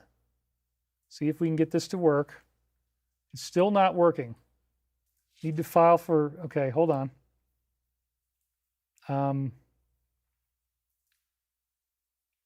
right. Well, for right now, I guess I got to just keep on, let's see, the F7 key. Let me try that. See if that'll do anything. Hold on a second. Okay, would somebody please look it up? How do we do this? Control minus. You might be right on that one. I have seen that one work before. Oh yeah, it did work. Well, no, it's just causing me to go back and forth. Command 3 taps on mouse with fingertips. Okay, hold on. Sorry, everybody. I do need to fix this or else it's really bad. Hold Command and press the minus key to zoom out. Let's try that. No, all it does if I do that is it makes it go to the side, but it doesn't actually, I don't get anything else. So let's just see. Let me try this. I want to try to do that. Man, this is a pain in the butt. Lightly tap your mouse, and everybody's got an interesting idea about how this might work. Take your time. Okay. What is he trying to do? I'm trying to get my mouse to be... Now, we do have 82% battery. Everything's fine. Control minus is zoom out, but let's try that. Let's try Option minus. Put pointer in the middle of the screen, hold down Control, and scroll down on your mouse. Let's try that. Hold down Control, scroll down. Command minus and plus, it's not working. Command and the number 0, let's try that. Oh, wow, that did it. You guys, you did it. Okay, great. Command 0 actually works, so now I will always remember that. Command 0 is the key. Sorry, you guys. We definitely fixed it, and everything is good. So Command 0, and then maybe if I can... anyway, that's good enough. I'll take it as it is. You have a touch screen, you can zoom out like it would be on your phone. Okay, wow. I'm so glad that we were able to solve this. Thank you guys so much for bringing this about. I really appreciate it. So again, back to the slides now. Thank you guys for not leaving. No deal. He leaves as the talks have stalled and the U.S. starts clearing the Strait.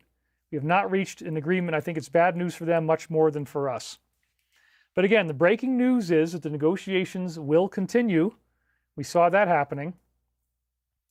And again, this was on IP. They failed to reach an agreement, but he said that he's leaving after giving them the final and best offer. Okay. He said Washington was seeking a fundamental commitment from them that they would not develop certain types of things, but we haven't seen that after holding the highest level meeting between the two sides since 1979. So that's what they're holding out on. However, he signaled that he was still giving them time to consider the offer from the U.S. and said they would pause attacks with their allies for 2 weeks, back on Tuesday at least, pending negotiations. So thank God, at least from their side, it looks like they still want to keep this going. I really do hope that's true. Yay, Command 0 solved the puzzle. That's right. I mean, I could use a little bit more of a zoom in, but I have no idea how I could do that without it being... let's see if Command plus will do anything if I just try that. Oh yeah, it worked. Okay, great. So Command plus, maybe I'll do it one more time. Yeah, that looks good. That's exactly perfect now. Okay, so Command plus, Command 0, those things work really great. How do you negotiate with an enemy that would choose their own loss over defeat? Wake up. Well, I don't think they want that ultimately, and I hope that's not where it's going. But somebody's saying I'm the best of the best. Thank you guys very much. That's right. When I was all the way zoomed in, I couldn't use Command minus to zoom out. It was only moving the screen to the side. But anyway, we solved it. Command 0 is the big secret, and I'll always remember that now. Never going to lose track of that one again. That's a very, very important keystroke. So again, more talks are going to happen, thank God, because even if you're really an antagonist and you're not happy, and I get it, this is still our planet, and you don't want to have your head in the sand. You want to be able to focus on the positive if at all possible. This is a positive. If they can make this happen, if they can make more talks happen, we can stop this thing. To me, that's the best outcome, because I do not want to see the economy get worse. I do not want to see all the oil shipments get, blocked. And so this is good. This is good. Pakistan, who hosted the talks and whose leadership ushered the rival sides to the table, said it would keep facilitating dialogue and urged both countries to continue to respect this temporary truce. Iran's state broadcaster said negotiations stalled over unreasonable demands of the American side, though the country's foreign ministry spokesperson later noted that no one could have expected after only 40 days of war that they would reach an agreement in one session. That's a very good point. So anyway, it's all very positive. I hope it's going to be very positive. What did that guy say? Spacing, please. Okay, anyway. So, yeah, after 40 days of war, that's a long time. You can't expect to sit down 21 hours and get it all done. But thankfully, you're seeing right now that there's a possibility that this could go on and that it can still work out. And that's what we really want. Signs of strain in the negotiations appeared when their media accused our country of making excessive demands over the Strait, through which 1/5 of the world's oil transited before its effective closure during the war. After 21 hours of talks in the capital, he told reporters that no deal could yet be struck. Doesn't mean that it won't happen. It just means that it hasn't happened yet. Suggesting efforts to keep the sides talking would continue, the foreign minister of Pakistan said his government would continue to play its role to facilitate engagement and dialogue between these two countries in the days to come. It is imperative that the parties continue to uphold their commitment to ceasefire, he added. Let's really hope that this can happen. But there's good reason for hoping. A major complicating factor has been the assertion that the ceasefire does not affect L, where they've launched massive strikes and a ground invasion in response to being fired upon from this movement. And this is another good thing, right? They're going to hold their own talks next week in Washington. And that's something that's easily glossed over. It might actually be that those talks work out. They can stop exchanging fire. They can actually get to a ceasefire once again. That would be awesome. That's what we're really, really hoping for here. And so we pray for the best outcome of the whole thing involved. The Prime Minister said on Saturday that he wanted a peace deal that will last for generations. Well, I really do hope that's true. So you may also remember that as the negotiation was taking place, that 3 American ships actually went through the Strait, and now the Strait has been blocked because, again, they were wanting $2 million in crypto for everyone that passes through. And what is that really about to me? That's about them raising money to buy more weapons that they could use offensively. And so I think that this was probably, even if you don't like him, I think this was probably a good move to stop that influx of massive liquidity that would basically lead to rearmament. I think that's probably it didn't say that in the article, but I think that's probably what this is really about. As a geostrategic analyst and looking at this from all sides, I'm just very grateful to be here. I'm very grateful that we've got all this thing right. Supposedly 20 different parties within this country, not the easiest to negotiate with. Anyway, yeah, so this is all stuff that's impacting us very dramatically, moment by moment. We're trying to get these things to happen. It's like the battle of who controls the tolls on the Strait. That's right. And you know, so protecting the possibility that they could get a much greater amount of upping of their supply of what they have, I think that's very, very significant. We want to make sure that that doesn't happen. So I'm in support of this. I think this is probably what needed to happen. Anybody firing at us will be blown to hell. He is quite colorful lately, isn't he? I mean, it's a very interesting situation. Let's put it that way. And then Great Britain is pushing back and saying they will not be involved in the U.S. blockade, and said they are currently urgently working with France and other partners to put together a wide coalition to protect the freedom of navigation. Uh-oh.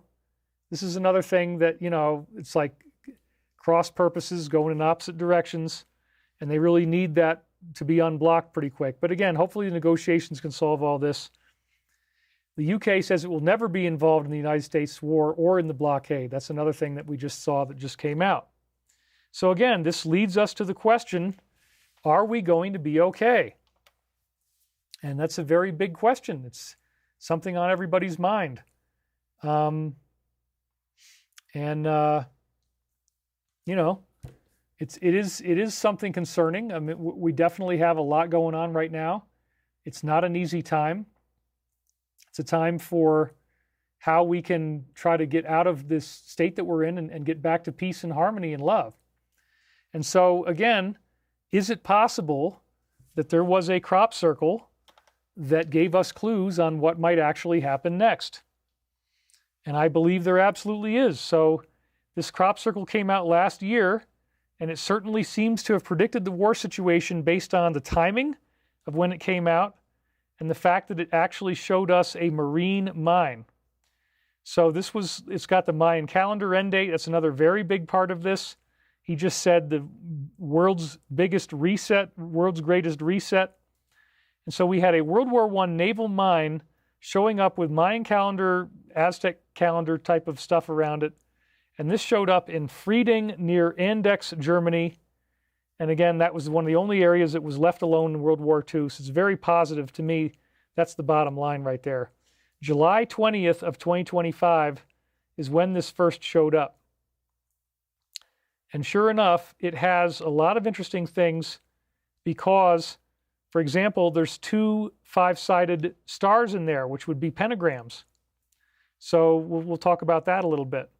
But again, it also looks like a marine mine. So we'll go through all those slides in a minute here. The point that I'm giving you guys right now is that obviously when we see something like this, it indicates that the stakes indeed are very, very high. And that's an important point. This is not going away. But before we get into that, before we get into all that stuff with the crop formation, I believe that that part of what the fact that the mine is surrounded by the Mayan calendar and that there's other indications in it that we're going to go into about disclosure and about cosmic consciousness, ETs, etc., I think disclosure is a big part of this. And so we want to go through the latest disclosure news this week. That's a very big thing. We're at the 1.5 hour mark. It's perfect timing, really. Is there actually a deadline of, believe it or not, just this coming Wednesday, where this watershed event that I've been waiting for my entire life could actually happen? And again, what an amazing thing if it does. What an amazing thing to be alive in the situation that we're in. If this is where this is going, man, it's huge. So let's talk about this, because this is where it's all setting up the end of the negotiations, the end of the war, and a very positive future. Deadline has been issued for UFO videos as Congress warns of a very real threat to the U.S. And this is Representative Tim Burchett. So lawmakers have set a strict deadline for federal agencies to hand over secret UFO videos as officials warn the unidentified objects could threaten our U.S. forces. So here we go. Republican Representative Anna Paulina Luna penned a letter to the U.S. Secretary of War requesting 46 specific, why didn't she make it 47? I'm just kidding. Specific unidentified anomalous phenomena videos, telling Pete Hegseth to deliver them no later than April 14th, 2026. We're already on April 12th, I believe, today. Isn't that true? Yep, Sunday, April 12th. So, wow. By April 14th, that's Tuesday, that we're going to get disclosure. We're going to get these videos coming out. And then that marine mine formation shows us the Mayan calendar end date. Well, yes, once we find out we're not alone, I think we're in a whole new game. It's a whole new reality starts to unfold here on Earth. It's very big, very intense, very positive, and I very much look forward to it. So 46 different videos are going to come out first. And hopefully, you know, I mean, everybody knows that there's deep fakes and AIs, and so is it really going to convince people? I don't know.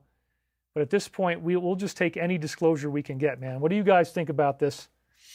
I'm guessing they're not going to give out the videos because this administration is ignoring Congress, says Jay Walker. Well, that's one person's opinion.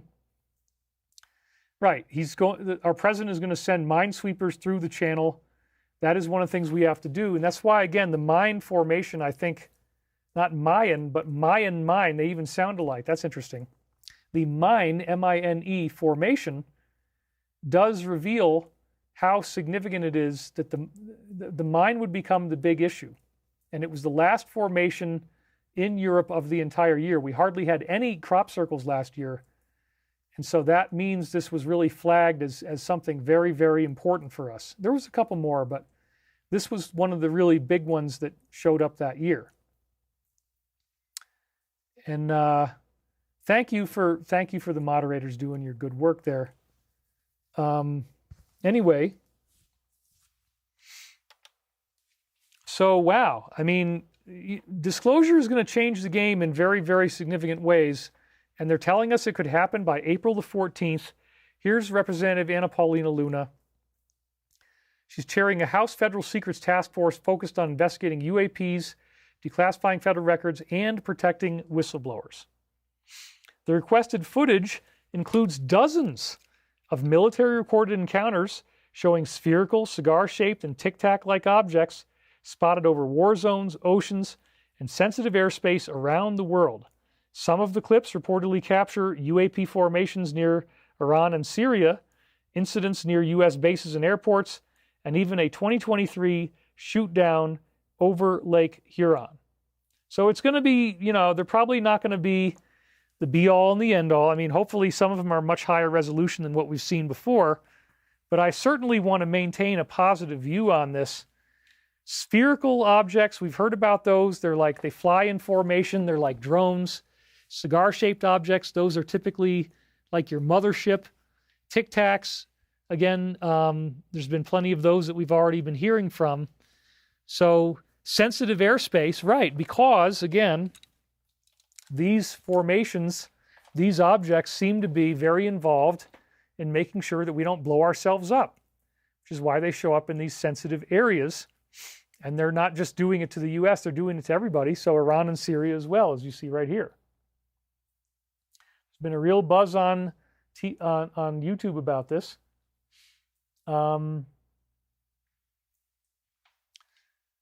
So one of the videos requested was spherical UAP over AFG in and out of clouds, captured in 2020. Footage was leaked by investigator journalists Jeremy Corbell and George Knapp last year. So that's going to be one of them, the spherical UAP.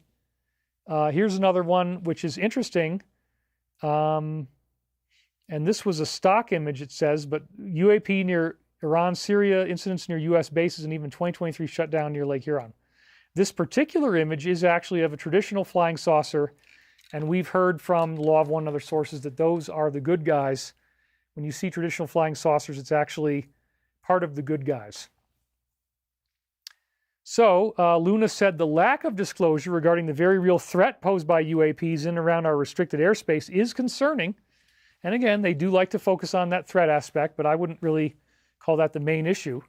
The task force has found responses from AARO, when questioned about UAP sightings, and provided data to be less than adequate. That's the Advanced Aerospace Research Organization or something like that. The presence of UAPs in and around the sensitive airspaces of U.S. military installation poses a threat to the security of the armed forces and their readiness. But again, as we've said before, they've stopped us from having other nuclear problems, which is that really such a bad thing? Probably not.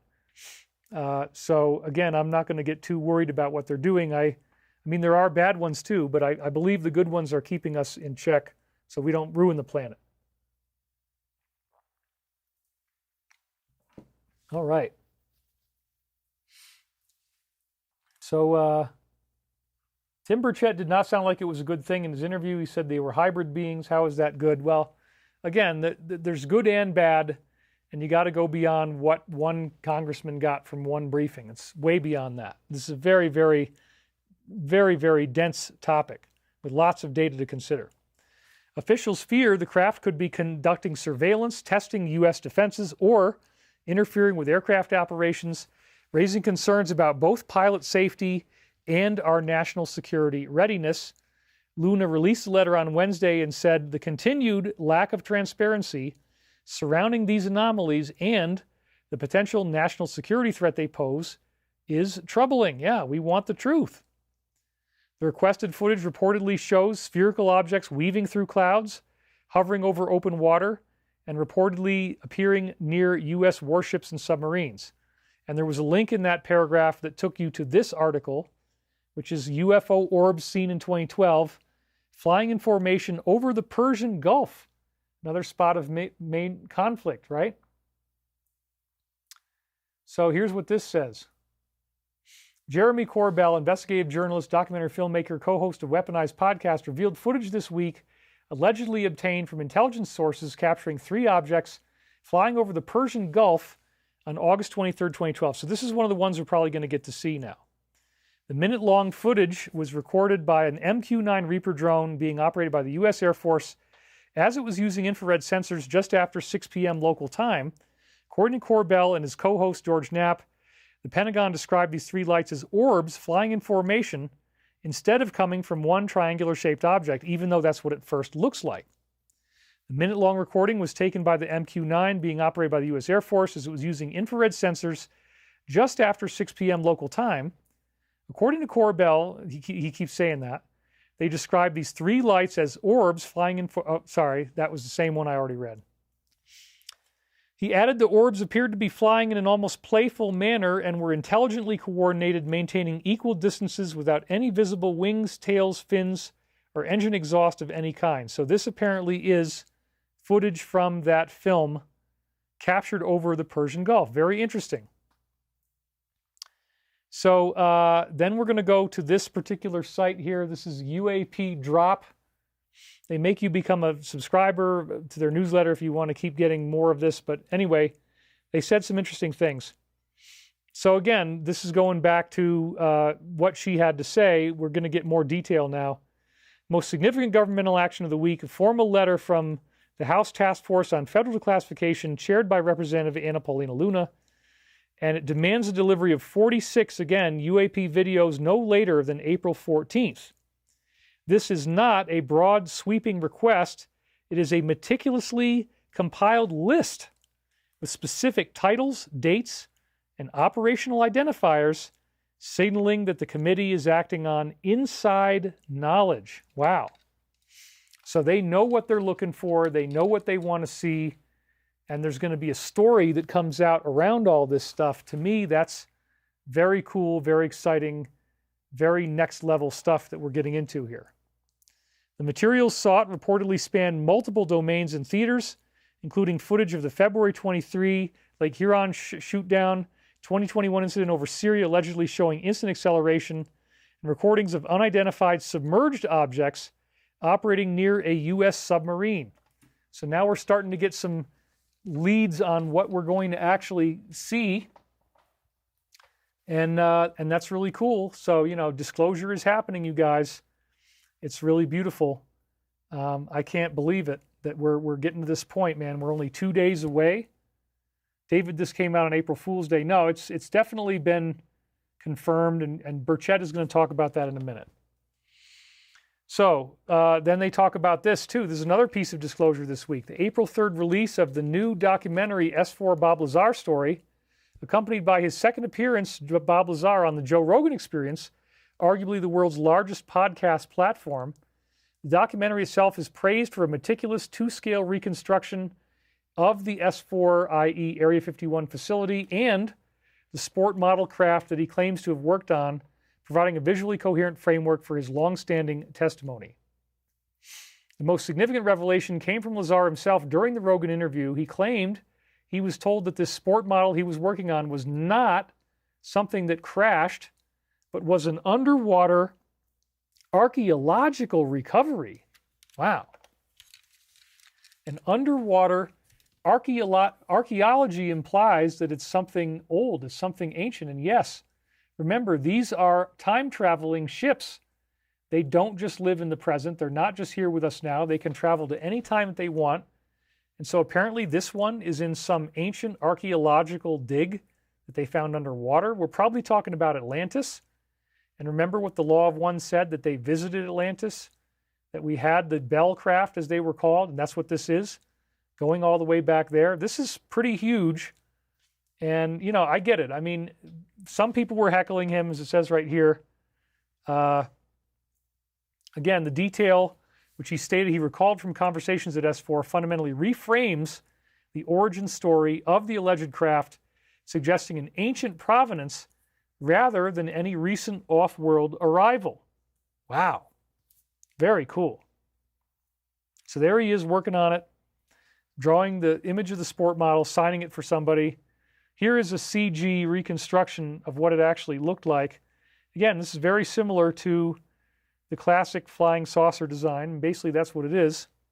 We have a donation from Raging Punk, $20 Canadian, says, "Thank you, David, for all you do. This stuff is deep. I wish I had a way to catch up," says Freedom Fighter. Well, the point is, disclosure is coming in fast, and it's pretty amazing that that's going to be happening.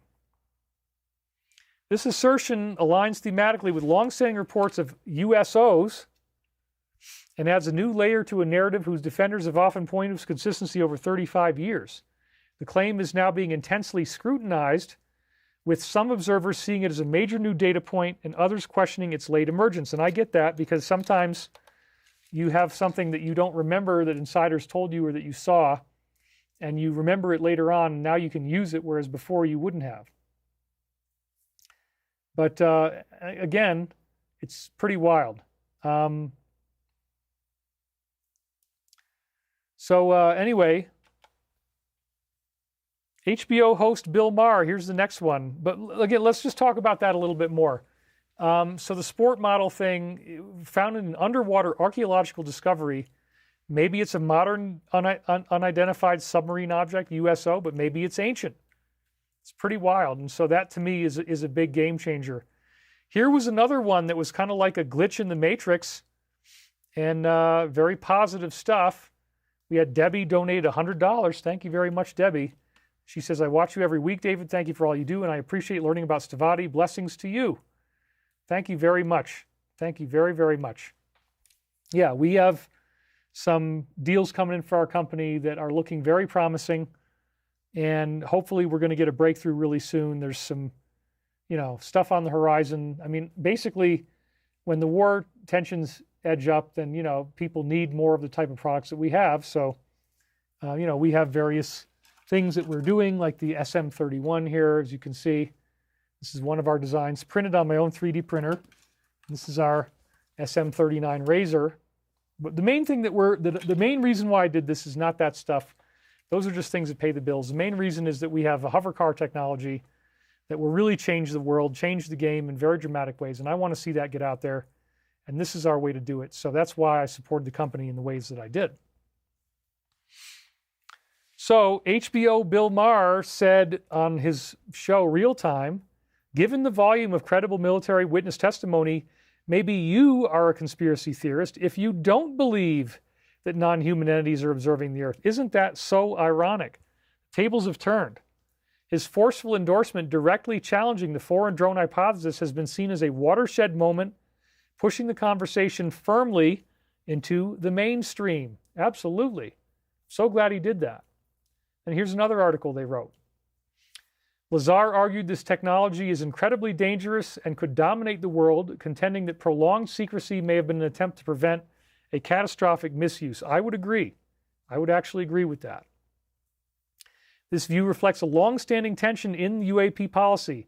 Advocates for transparency seek scientific and democratic accountability, while security-minded voices warn that partial information could be destabilizing if context, controls, and verification are lacking. This is probably written by AI, right? Because I don't think a human would write like this. Anyway. Partial information could be destabilizing if it lacks verification. So yeah, we do want to see the truth come out, but yes, there are caveats in how you do it right. So then we have Representative Burchett sounding the alarm on the disclosure. What is it going to be? I showed you this last week, but again, we want to do this again real quick because it's very significant. He made the remarks during Newsmax with Rob Finnerty, and he's on a congressional subcommittee about UFOs. What he's learned through classified briefings and whether we should disclose this information to the public from the government sources. And he said, I'm being 100% serious. I've been 100% serious. I've been briefed by about every alphabet agency there is. If they would release the things I've seen, you would stay up. You'd be up all night worrying about or thinking about this stuff. Is that really just that they're flying over nuclear missile installations, or is it something more? It could be something more. Remember, one of the people in the whole AARO thing, Dr. Eric Davis, I believe, is the one who said there's 4 different types of beings, and one of them are reptilians. So reptilians could be part of this. We might learn about that. And those are really scary beings. So that could be part of what he's referring to, that they're very evil. You know, they do very evil things. That would really keep people awake at night, just like he said. The information would likely trigger public demands for answers if it was made available, and he also had a recent briefing that had particularly serious implications. We need to disclose it all. I'm sick of it, he said. I'll tell you this, I was briefed last week on an issue 2 weeks ago that would have set the earth on fire. My goodness. This country would have come unglued. I think if they heard everything I heard, they would demand answers, and we would need to. He said we would need the answers. Unfortunately, it keeps getting covered up and covered up. People who know are dying or disappearing, as the case may be. Wow. For the record, I don't want to hurt myself and I don't take risks, he added. I'm glad you said that. Finnerty said, I'm speechless, Congressman. I told the president, release it all. The problem is people around him don't know, and they don't know what questions to ask. That's a weird transcript there. A few of us are going to have to get with him and tell him what he needs to ask and where he needs to look. Apparently those 46 videos have a lot to do with that. We're in meetings, they have addresses and tell locations of items, I'll just say. The public has a right to know. Dadgummit, it's your tax dollars, he said. Okay, well then he was asked about this in a subsequent interview. This is the new news. I wanted to give you the context again. And he played it very close to the vest. He really didn't give out anything more. But this was on Saturday. This just came out yesterday. Names, dates, people, and locations will be revealed in these upcoming briefings. So this was not an April Fool. And that disclosure will be forced, and experts may have died protecting this. So here we go.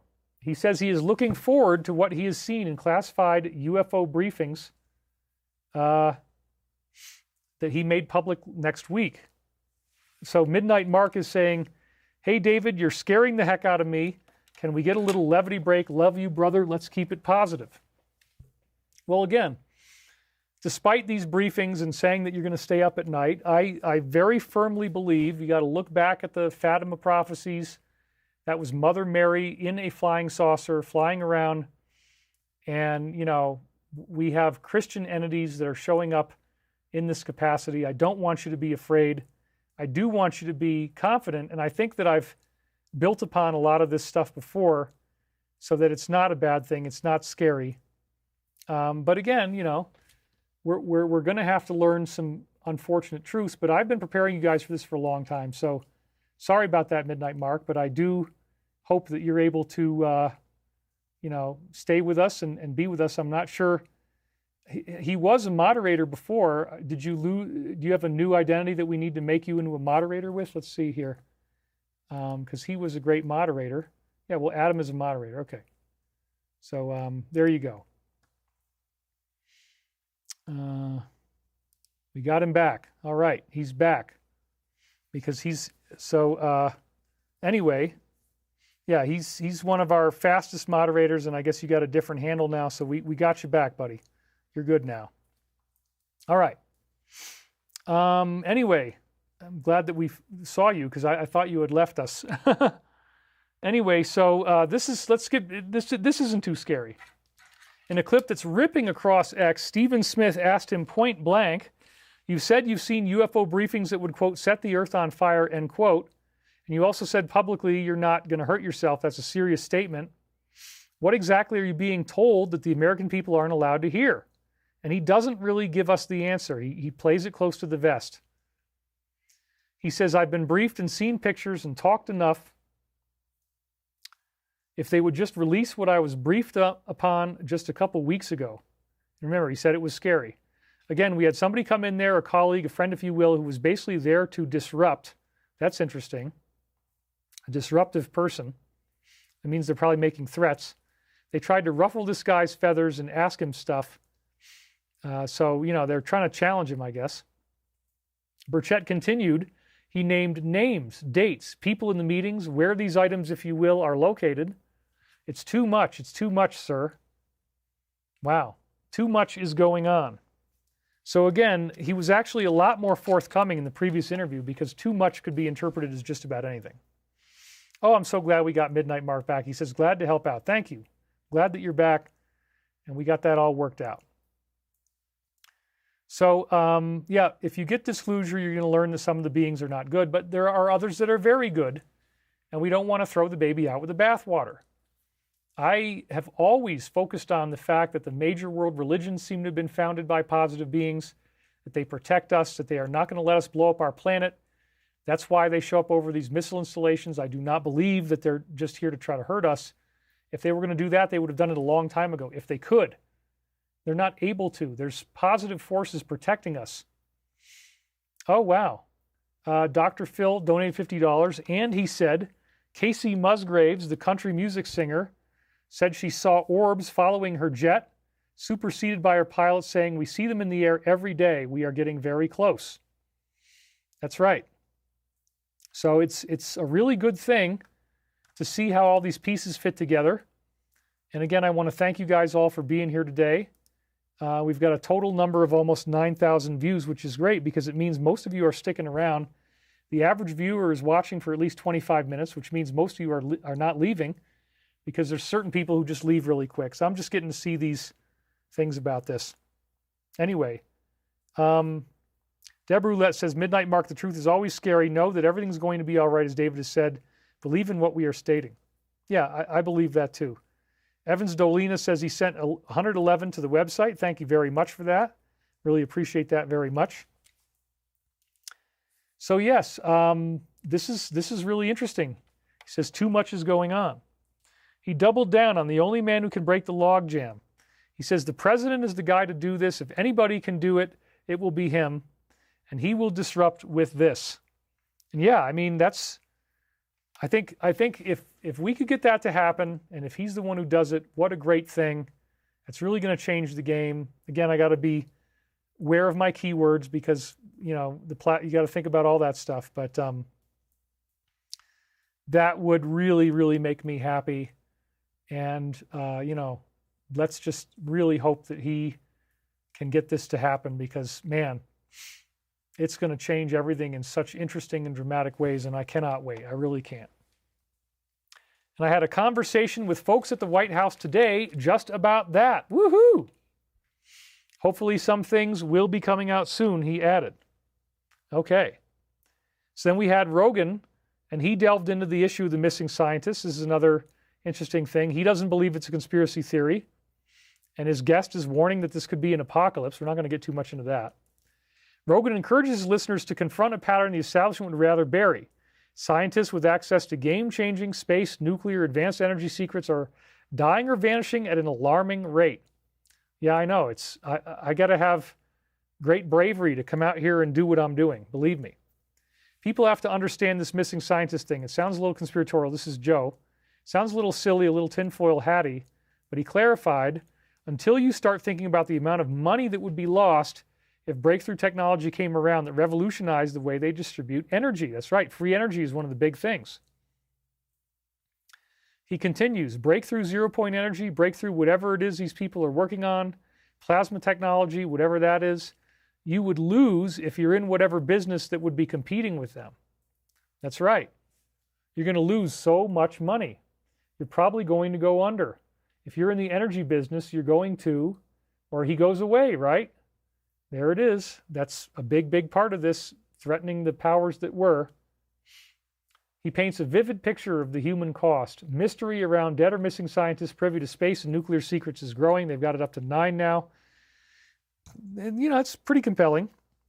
Imagine being a scientist. You work so hard to figure out some amazing stuff that's going to transform the human experience, and then people actually take you out.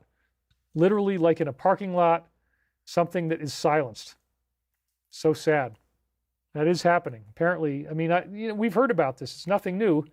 This is stuff that we've heard about in the canonical UFO field for many, many years. It's just that now we're really, getting somewhere with it.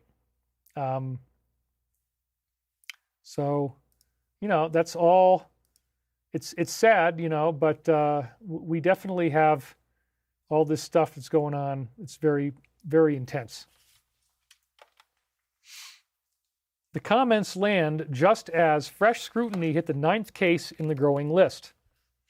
Michael David Hicks, a longtime research scientist in NASA's JPL, worked on the DART asteroid deflection project and planetary defense initiatives with direct national security implications, died at age 59.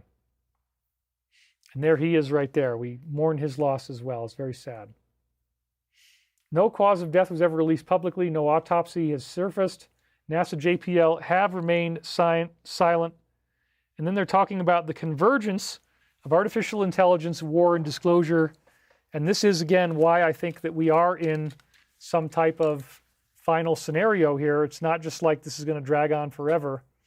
The war, the AI issue, all these things are coming together in a really, really shocking way. So this is something that was posted by Shadow. And, I still refer to him sometimes. It's just that it's gotten too dangerous to do most of what he has to say. But anyway, this one isn't so bad. Data centers are rapidly being constructed across the country, driven by the need to support expansive digital networks, which are, so he's now saying, capable of doing monitoring and analysis of movements, financial activity, and behavior.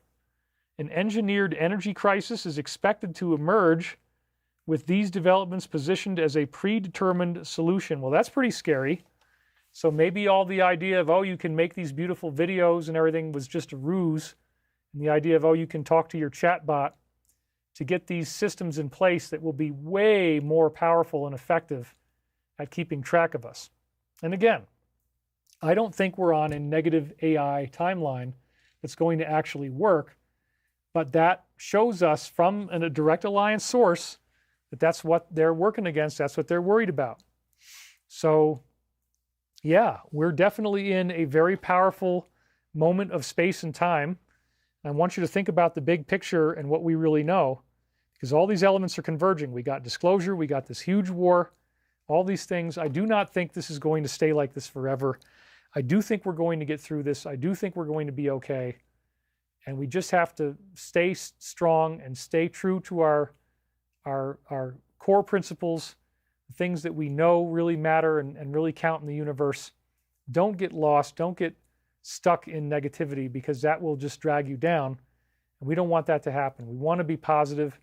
We want to get beyond our own limitations, find out the truth, get to the next level of what's really happening out here, and be able to live in positivity and love and in harmony and happiness. That is so important. So, this crop circle prophecy that we saw, I think, is very illustrative.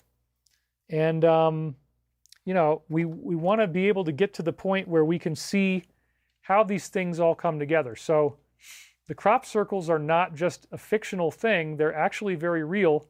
They were studied by Dr. Gill or William Levengood, and this is a picture taken by him where consistently he found in various crop circles that the growth nodes were bent, not broken, and they appeared to be heated. You could get the same effects as you see up top, the node elongation in wheat. This is what crop circle crops actually do. They are not just sitting there and they're not broken. They actually get bent by what appears to be microwave heat, because the microwaving causes the nodes to bend. And so this is what our own lovely AI had to say about this. Researcher associated with scientific studies on this is William Levengood, biophysicist who operated at the Pinelandia Biophysics Laboratory in Michigan. And they didn't have Gill, but that's what he was always called by like Linda Moulton Howe and people like that. He conducted research from 1989 onward until his death in, I think, 2013 or something, analyzing samples from nearly 300 crop formations across 7 countries. His findings were controversial and criticized by various skeptics, but it included anatomical alterations. He reported that plants within crop circles displayed elongated growth nodes, changes in their cellular structure, which he attributed to superheating or microwave radiation. Magnetic anomalies. His team, including Nancy Talbot and John Burke, found magnetic materials in the soil and seeds that grew faster or showed structural differences compared to control plants. One of the things he found very consistently was that the soil was dry and crumbly, and it was like the water was being pulled out from the ground to be able to dry out the crops so that they don't burn when they're being hit with obvious microwave energy. That's pretty wild. That's part of what he saw. So it says here that he passed away in 2013.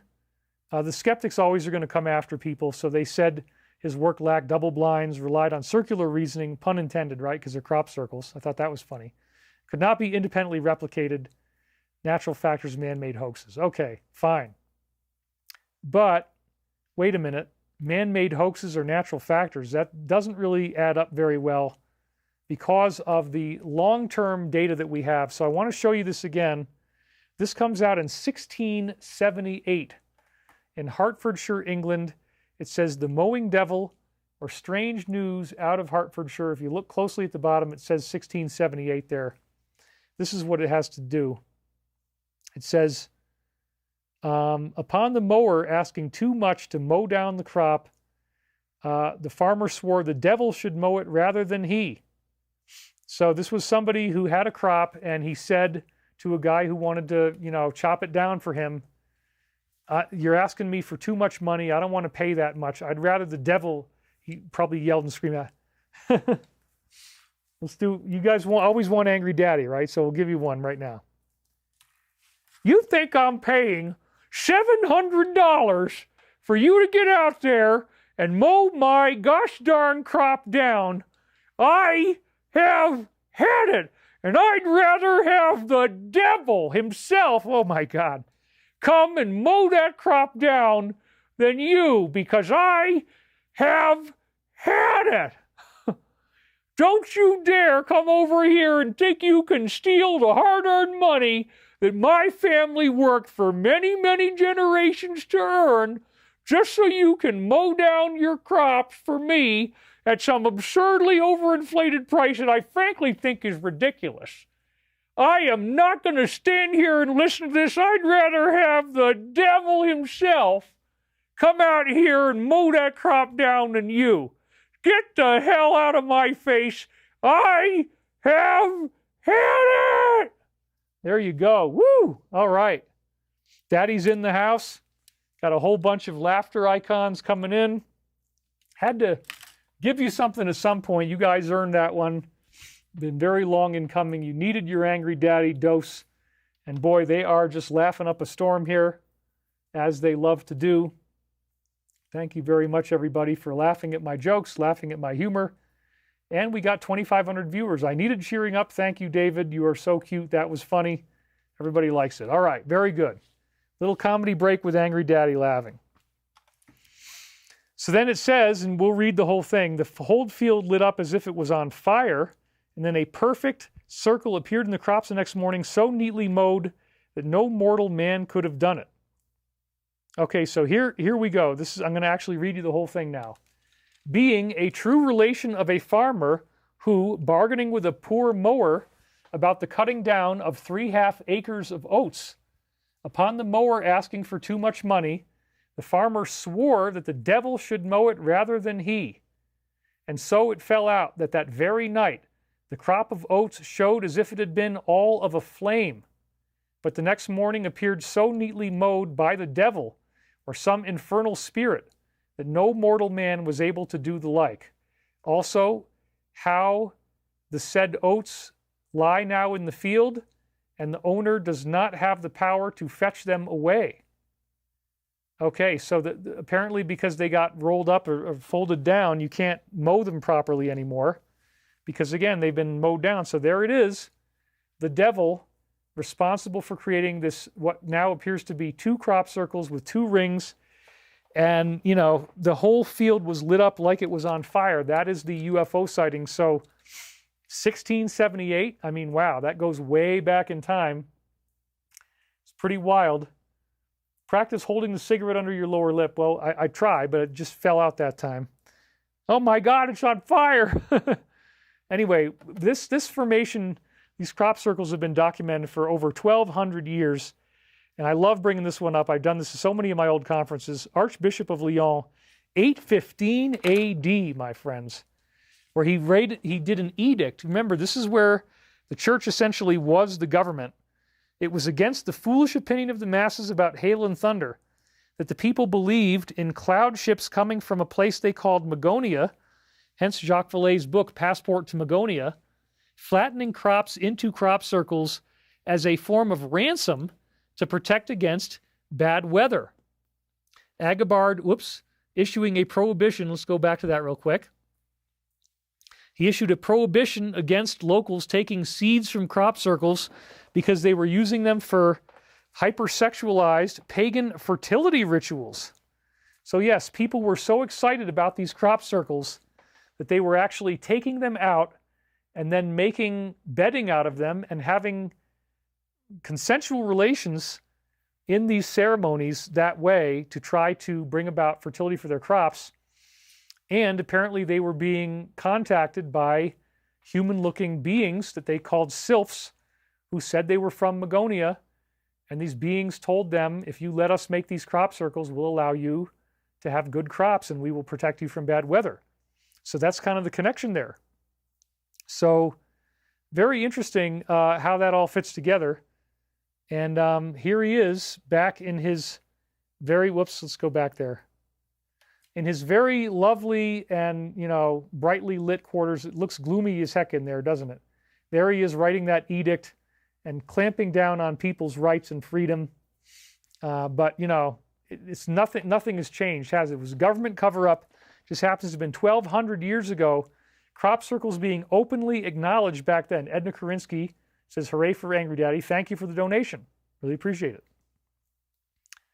So again, this is very interesting that he had to actually do a government prohibition against that happening so that people did not steal these crops out of the crop formations.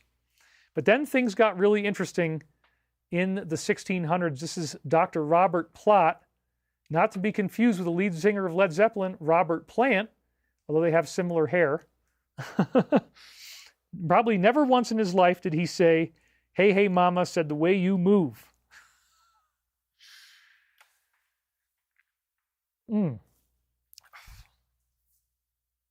Anyway, Robert Plot, you get it. Sometimes people would laugh when I did that joke in front of conferences. Sometimes they didn't. It depended. But he was a scientist. He didn't always get things right. He thought this was the junk of a giant. Yep, that's right. And not exactly that type of something that you would associate with bone. Got to be very careful to make it family friendly here. But I had a lot more fun with this in front of audiences. But yeah, this actually turned out to be the hip bone of a dinosaur, femur. But he thought that it was actually like fossilized junk. You can see it kind of looks like that, but uh-oh, that's right. People are laughing Got a lot of laughter icons coming in on that one too.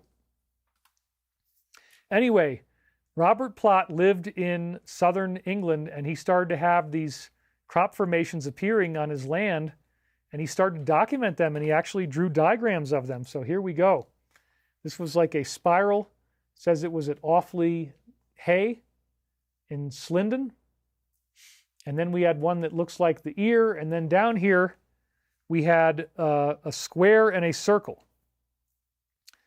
So sure enough, the one on the right looks like it's an ear, like it's telling you that you got to listen to something. You see that. There's even like a sound wave going in.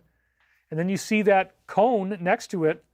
That's because he felt that it was a conical shape of wind that actually brought that about. And oh my gosh, we had another $100 donation. You guys are really being great to me today. I'm so grateful for you. Karina Holm, $99.99, says, sending love and light to all beings, focusing on the highest and best good for all. Thank you, Karina, very much, helping make this a happy day on the air for me. Really, really appreciate that. It's awesome. Robert Plot looks more like Alfred Hitchcock with the hair of Howard Stern. That's pretty funny. Thank you. That's pretty funny. Anyway, so the belief was that this was caused by a conical area of wind, that the wind caused it to blow down this way. And then down at the bottom, oh, well, you see, it's a square piece of wind. He actually illustrated what he felt was a square piece of wind coming out of a cloud up there. Isn't that ironic? That's not really what it is, folks. This was, again, probably like the mowing devil thing, where there was a light out there and it all comes down pretty quick. But he also made an interesting observation.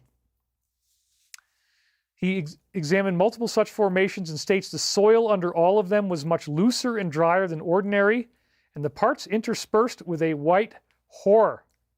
H-O-A-Rs. Okay, don't get dirty, don't get dirty. That's... so many places I could take this. But I got to be really careful because we want to be family friendly. So we're... Woo!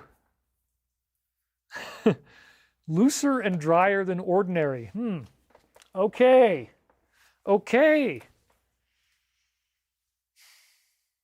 You see what I'm saying? I mean, it's like the world is your oyster if you want to open that up. And let's not probe into this too much. Okay. Oh my goodness gracious. No, it just refers to a frost. Hoarfrost is a type.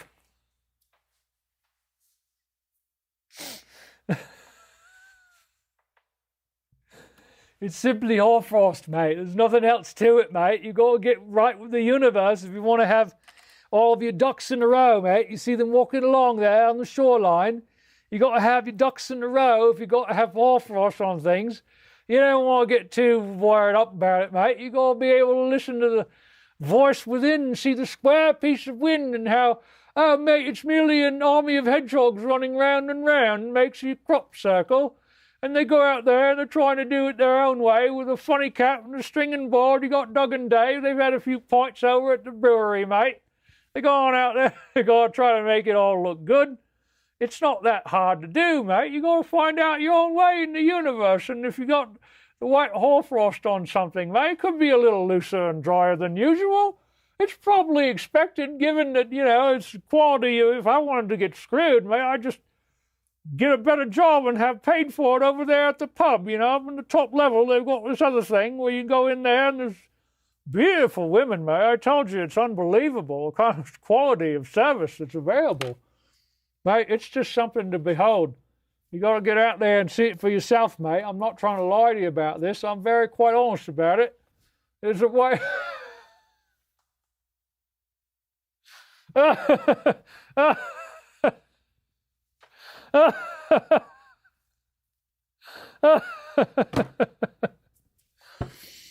It's not that difficult, mate. She'll do a better job for you, mate. You got to be on the right track if you want to get on with the universe and do that the right way, mate. It's very important. Oh my goodness. I'm laughing so hard I'm crying. Just so happens I'm making taco soup, says Vortex of 2. Holy goodness, that is so funny. That is so funny. Much like that in moldy bread, a musty, rancid smell, but to the taste, insipid. Yeah, well, you might not want to taste it, brother. Let's just, oh my God. Oh my God. Okay, anyway. Yeah. Woo, moving on quickly. Let's try to just tiptoe out of this, or maybe run as quick as we can. Natural History of Staffordshire, 1686. This is exactly the same thing that Dr. Gil Levengood found 400 years later, that there was loose and dry soil interspersed with a white material. Yeah, wow. He's lost his marbles. It's hilarious. So funny. That was... Stop this yuck now. Okay. Anyway, let's move on. You're right. Good enough. So, then we have another one here, which is J. Rand Capron, a spectroscopist who lived in the county of Gildown near Guildford, Surrey, the south of England, found crop circles in 1880, and it got published in the scientific journal Nature, July 29th, 1980, volume 22. Visiting a neighbor's farm on Wednesday evening the 21st, we found a field of standing wheat considerably knocked about, not as an entirety, but in patches forming, as viewed from a distance, circular spots. 1880? You think this was a hoax back then? No, this is, again, we're getting UFO disclosure. This is going to be part of what we get. Crop circles are real. Okay, that's why I want to do this today. Examined more closely, these all presented much the same character. A few standing stalks in the center, some prostrate stalks with their head arranged pretty evenly in a direction, forming a circle around the center, and outside these a circular wall of stalks that had not suffered. That's pretty awesome. Dr. Terence Meaden published eyewitness accounts of circles forming in the United Kingdom, one of which dated from the 1930s, see further reading. The witness, Catherine Skin, recalled seeing 2 circles form on a hot August day in 1934 in Cambridgeshire. 2 different circles. That's 1934. That's way before the era that they would say that this was being faked. Their appearance was preceded by a whirlwind in which stalks, seeds, and dust were visible like a tornado. Inside the circle, she saw that some stalks had been braided together. This is what we see now as well. They actually get individually folded together like braided hair. It's incredible. Another witness described an event in South Wales dating from the 1940s. Meaden also wrote of a double ring photographed in 1960 in Gloucestershire, a double ring. Double ring, dude, whoa! In my backyard, double rainbow! Oh my God! Oh my God! Gotta love it, gotta love it. Gotta keep these comedy jokes coming, man. This was reported in the Evesham Journal and attracted quite a number of visitors. Andrews and Delgado, see further reading, quote a farmer Simon Brown recalling circles on his farm at Headburn Worthy almost every year since 1958. Paul Fuller in Crop Watcher 14 lists a number of other early circles, including reports of Netherlands, Canada, France, Australia, New Zealand, Sweden, Turkey, and the U.S. The list runs to 78 different items, mainly rings, simple circles or ellipses, and multiple circles. So this is all in the early mid-20th century. The events around Warminster in the 60s and 70s have been the subject of several books, notably those by Arthur Shuttlewood, a journalist who lived in the town. Things seem to have begun on Christmas Day, 1964, with a series of deafening noises, right, UFO phenomena again. Various strange events continuing into 1966. The area becoming a hotspot for UFO sightings during a sky watch in 1972 that Shuttlewood apparently observed a formation of a circle in a grass field. He described a high-pitched hum and a circle being inscribed like the opening of a lady's fan. He actually saw it fold up and fall down right in front of him, just like that other woman we heard about before said that it looked like it was a fan from Asia, one of these fans that you fold out. A high-pitched humming noise, that's also very common associated with UFOs. So this is very cool. And again, these are benevolent phenomena. They're not hurting anybody. They're not threatening us. They're just, and the sylphs, according to what happened with Agobard, they just wanted to give us healthy crops in exchange for letting them do this. Then here's another one. This is from Arthur Shuttlewood. Suddenly I heard a noise. It seemed as if something pushed down the wheat. That night the air was completely still. That means it wasn't caused by wind at all. Something pushed it down, but there was no movement of air. I looked around. The moon had just appeared, shining brightly. In front of my eyes, I could see a great imprint taking shape. The wheat was forced down in a clockwise direction. This is again Arthur Shuttlewood. And he described a high-pitched humming noise, a circle being inscribed like the opening of a lady's fan. And the date was August 12, 1972, which is typically the peak day of each crop circle season. Around August 11th, August 12th is the typical day that it goes to the peak. So here's another one, William Cyril Williams. An eyewitness case from South Wales brought to the attention of researchers in 1991 following a letter to Sunday Mirror on farmland at Silliquim, 6 kilometers from Landovery, Dyfed. Now these are these Welsh names. Very funny names, very funny spelling. Mr. William Cyril Williams wrote, with reference to the corn circles mystery, I actually witnessed one being made. This is the same guy that I just read to you about before. Standing in the cornfield one morning, saw a whirlwind touch the ground, forming in the corn. It was just the strength of the wind in the whirlwind that formed the circle. But the other one we saw did not have any wind at all. So sometimes they do, sometimes they don't. It can change. The event happened in the late 1940s when he worked on his father's farm at Silliquim. He was then in his 20s. The area is surrounded by hills on all sides. Circles have been seen there frequently, he said. On this occasion, about 10:30, 11 in the morning, he went in the wheat field, harvesting a day in advance of cutting and binding machinery. He was crossing the middle of the field when he heard the buzzing noise of a whirlwind starting up only a few meters away. He then saw a spinning mass of air with dust in it, and as he watched, in a matter of only a couple of seconds, the wheat fell down, producing a sharp-edged circle 3 to 4 meters in diameter. It looked just like the other crop circles he had seen before, except this one was completely flat-bottomed, whereas some of the other ones had stalks at their centers standing like a conical pyramid. Wow. The vortex then died out rapidly, but during its brief lifetime, which was under 4 to 5 seconds, it remained at the same place. It's very, very fascinating. So there you go. We have a long history of these crop circles showing up. The real ones have bent growth nodes, like he said, Dr. Gil Levengood, and they have the dried out area of soil underneath, which we won't go there again.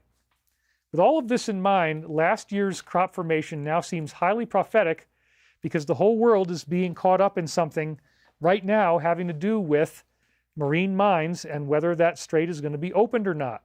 This appeared in Germany, and we'll call it the World War I naval mine Mayan calendar formation, Freiding near Andex, Germany, July 20th of 25, showing up after Operation, I guess it was Midnight Hammer, went after Iran's capabilities last year, which was on June 23rd. So this was less than a month later that we got this marine mine, which now seems very prophetic of what we're seeing now. So we'll break this down step by step. First of all, has an undeniable similarity to the marine naval mines of World War I. As you can see in this illustration, they are spherical. They have bumps coming off of them, so if your ship bumps into them from any side, any direction, it blows up. Well, sure enough, that's what we're seeing with this. So did they know that we were going to have this problem in the future? I mean, it's speculation, but it's a good speculation. Here's a photograph of one of them from World War I. Here's another example of another one. Here's another example of one taken on the beach. And this is, again, where you see how it works, that there's switches there. There's some type of charge in the middle. But again, this is really one way to look at them. And then here's another way from the bottom, very much showing us the idea of this potentially explosive development. And remember, it is surrounded by that braided pattern that looks like the outside of the Aztec sunstone calendar, which is the Mayan calendar. So what if this is not only about a World War I mine? What if this actually represents the sun? In that sense, it is a very on-the-nose prophecy of a solar flash, the idea that the sun will give us some type of radiant release of energy when it's the right time. We don't know exactly when this will be. Maybe it's 2027. I don't know. I mean, I was hoping it would be 2025 because, frankly, I wanted to just get on with the ascensions, but it didn't happen that way. I misinterpreted the words of Archangel Michael as I was seeing them in the past. But it could be that we're talking about this solar flash. It seems to be a big element of many, many of these ascension prophecies. And Michael has assured us that we're going to have a non-catastrophic process. So I believe that is true. The mind is surrounded again by the Mayan calendar symbols, which is like the Aztec sunstone, again suggesting the possibility that part of what it is predicting is a solar flash. Now, the next thing we can look at in terms of decoding the symbolism is that it's also made of 2 pentagrams, which again are typically associated with both the cycles of Venus and also with evil. So what is it that's really going to be blowing up here? Is this prophetic of the explosion of the real problems with evil on Earth? Is that part of what we're seeing? Maybe that's part of what it is. And again, I'm not trying to be biased here, but what if we find out things about what's going on that we never knew? What if the alliance, which is, again, related to the military, part of the military, deep compartmented area, knew that this had to be allowed to happen, knew that even though it was going to destabilize the world, destabilize their political situation, this had to happen, this had to move forward in order for our own collective good, in order for our own collective safety. Is this dirty trick central? Are they doing lots of evil things out of this area? Did they need to be able to get that under control before we could get to a peaceful world? Was it a sponsor of things happening all over the place? Was it absolutely necessary that it need to be neutralized? It might be. And again, I'm not trying to be an apologist. We're already in it. We're already dealing with it. So maybe there's a reason. Maybe they're not just crazy. Maybe this isn't just that the whole thing is spiraling off the tracks. Maybe there's some positive thing going on. It could be. That's all I'm saying. And with the World War I imagery, we also invoke the Fatima prophecies again.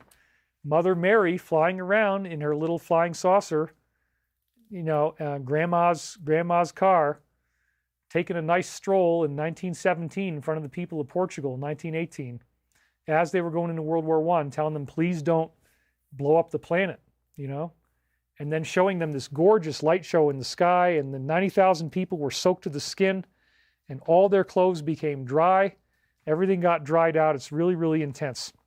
So all these images are implied. The World War I invokes the Fatima prophecies. It's a very beautiful formation, isn't it? And we're seeing different pictures of it now from different angles, looking farther and farther away. And this combines 2 images that we got exactly 20 years ago. It's thematic to other crop formations that appeared before, very nicely positioned with our anticipated disclosure. This appeared in Germany, and it also repeated 2 crop pictures in England, Lane End Down on July 10th, 05, and Wayland Smithy on August 9th of 05. So they also say here that it may predict the appearance of a bright new star after 2 more cycles of Venus on the 20-day Mayan calendar. Well, that didn't really happen. But again, that's the idea of the solar flash, the bright new star. Who knows? But let's look at this first of all. Lane End Down was the one that it was referring to. It's very similar. Looks again like a marine mine. Also has the Star of David shape. This was July 10th, 2005. 27 internal dots within the white circle and about 72 surrounding circles in the open field. Both of these numbers are very interesting. Very interesting numbers. 27 dots and 72. Let's talk about the 72 first, because again, this could be symbolic of the precession of the equinoxes, where the Earth's axis shifts by 1 degree every 72 years, and you add that all up, and when you have 360 degrees in a circle times 72, you get to 25,920 years. And that means that it takes 25,000 years for these Earth's axis to go around this slow wobble that shifts the stars in the sky by 1 degree every 72 years. And all these ancient prophecies appear to be telling us, as I said last week, solar flash at the end of 2012. Well, if you watched the show last week, we talked about the idea that, yes, at December 21st, 2012, right around that time, our sun's next door neighbor, Proxima Centauri, actually did have a solar flash. 63 times bigger than usual, bright to the naked eye, would have cooked everything around it in the solar system, the whole area. It's pretty freaking amazing how this all works and what we're really seeing here. So again, God. All right, Command 0 and then Command plus. My God, I've got it down to a science now. If I make that accidental mouse control, it's just over in no time at all. So again, very, very cool stuff here. Frieden means peace in German. Oh my gosh, I didn't know that. That's really great. Thank you so much. That's even better. It's the peace crop circle. It shows up in the city named for peace. So this directly ties in with the Mayan calendar. 72 is one of the classic Mayan calendar numbers, associated again with the precession of the equinoxes, all that kind of stuff. And I believe disclosure and the Mayan calendar end date being very much related. It's also one number, 27, is one number above the magic Mayan number 26, which is the number they count by. But it also relates to the 27 spins of the tetrahedron, which is the Hebrew alphabet. It has 27 letters that look like 27 positions of a tetrahedron. Sure enough, this country is a central player in this conflict. And so this is what we see. If you want to redo all the Hebrew letters, the fire letters, you take this exact spiral shape, which you can hold in your hand, you put it inside a tetrahedron, and then you shine it on the walls of your tent, which is something in the Old Testament. They talk about that, the candle in the tent. You shine it in 27 different symmetry spins of the tetrahedron. You get all 27 letters of the Hebrew alphabet, which is quite something. It's related to the idea of Adam and Eve with the apple, the idealized apple, as you see above. That's the shape right there. This is, again, really, really interesting Hebrew mythology where their letters appear to be part of some advanced physics related to this tetrahedron with a spiral in it, which is really the basis of all this stuff. Star of David, the origin of the universe coming out of photons. This is fundamentally photonic, as we've talked about before. So the number 27 being, again, very significant. Different letters of the Arabic alphabet also work for this. You can do it with Arabic, and you can also do it with Hebrew. So this is some of Stan Tennant's notes, as I showed you last year.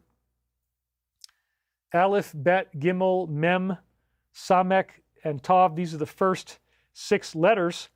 You just spin the tetrahedron in different directions with the spiral inside, and then you take the shadow and you draw the line over it where it's casting a shadow, and you get these beautiful Hebrew fire letters, all of the Hebrew alphabet emanating from this tetrahedron with a spiral in it. It's really, really fascinating. Deserves a much greater level of exposure than I have now. But again, this country that has these letters is very involved in what's going on right now. And it's showing you, again, the photon, the 27 spins, ascension. And remember that it had the lane end down crop circle that we saw in 2005 did have the Star of David implied in it. Okay, so that's very, very cool. The next one that it implies is Wayland Smithy, August 9th, 2005. Again, showing you extraterrestrials and disclosure, because we have an ET-style head with a pineal gland explosion. That's right. So there it is again. You see there's a face with a tapered jaw in the middle. You got the head. It's got a crescent inside of it. There's these kind of wings coming off the top. If you look really closely, there is a pineal gland inside there. And so this, again, seems to indicate consciousness activation in a very, very cool way. And notice also that it has what looks like a Christian crucifix around the head. There is sort of like a cross there as well. So I believe this is really talking about the incoming Christ energy activating us to a higher consciousness, possibly related to the solar activity, possibly related to all kinds of things. And when you compare it to the original, it shows the similarities very nicely. This was done by JP. So, yeah, there's a lot of things to explore here. He was thinking it had to do with a bright new comet coming in, the 20-day Mayan Sun-Venus calendar. The second crop picture shows 2 dates of binary base 16 numbers in a 20-day, 52-year Mayan Sun-Venus calendar. First coded date of 13-10-7, matched the day of August 9th, 2005 when the crop circle appeared. So that's what all those codes were inside, if you're wondering what that was about. The second coded date predicts when Comet 17P Holmes joins closely with Murphak in Earth's night sky, widely seen by everyone with the naked eye. And so now you know the meaning of 13-10-7, because each 52-year cycle lasts for 18,920 days. 2 full cycles of Venus until we see another bright new star in our solar system. Well, again, this could be prophetic of the solar flash. We're not going to deal with this again too much, but the point is the idea that it might be predicting some type of solar energy release. Also, to get to the next thing, because it's got so many layers of symbolism, the 46-year anniversary of the Apollo moon landing. That's when it showed up. And we just had what? We just had the first mission to the moon since Apollo that just happened. And this formation appears on the 46-year anniversary of the Apollo moon landing. And now here we are right in the middle of this standoff with the Strait, with the mines. And then this new formation that showed up last year that shows a World War I marine mine ties back in with that. Yeah, it's very, very exciting, very fascinating. And it again reinforces an ET angelic connection. Another one of these shows us the same kind of thing with step pyramids. And again, this was in 2005. Very beautiful formation. The step pyramids like the ones you'd see in Mesoamerica around the top with the pineal gland in there. And it also ties in the Valiant Thor formation. July 22nd of 2011, we get the same kind of ET heads with the same kind of tetrahedral photon. And the head in this case has a visor looking like Gort from The Day the Earth Stood Still, which is the movie that revealed the story of Valiant Thor. The human ET visited us beginning in 1957, and apparently treaties with ETs made this movie come about. He comes out of the typical Christian flying saucer, and Gort is not going to let us make war on each other. So this is something we really need to take stock of, that being in the background turns out to be human. He takes his helmet off and he looks like this, and he gives a message to humanity that if we are going to make war, these higher beings will stop us. So yes, the government is going to see this as a threat. The visor opens up, the beam comes out, and then he beams out the military that's trying to shoot at him, and he won't let us make war. And so this is, again, very correlated with even the ears that he's got on the side of his head look like the pyramids that you see in this image. It's fascinating, as I showed you before. So, yeah, this is very, very interesting. And the point here, again, is that the angelic ETs are not going to allow us to destroy this planet. That's what that formation was all about. That was Valiant Thor's message, and it's very relevant now. Even if this war accelerates and goes way off the rails, which it could, there are higher beings that will not allow us to be destroyed.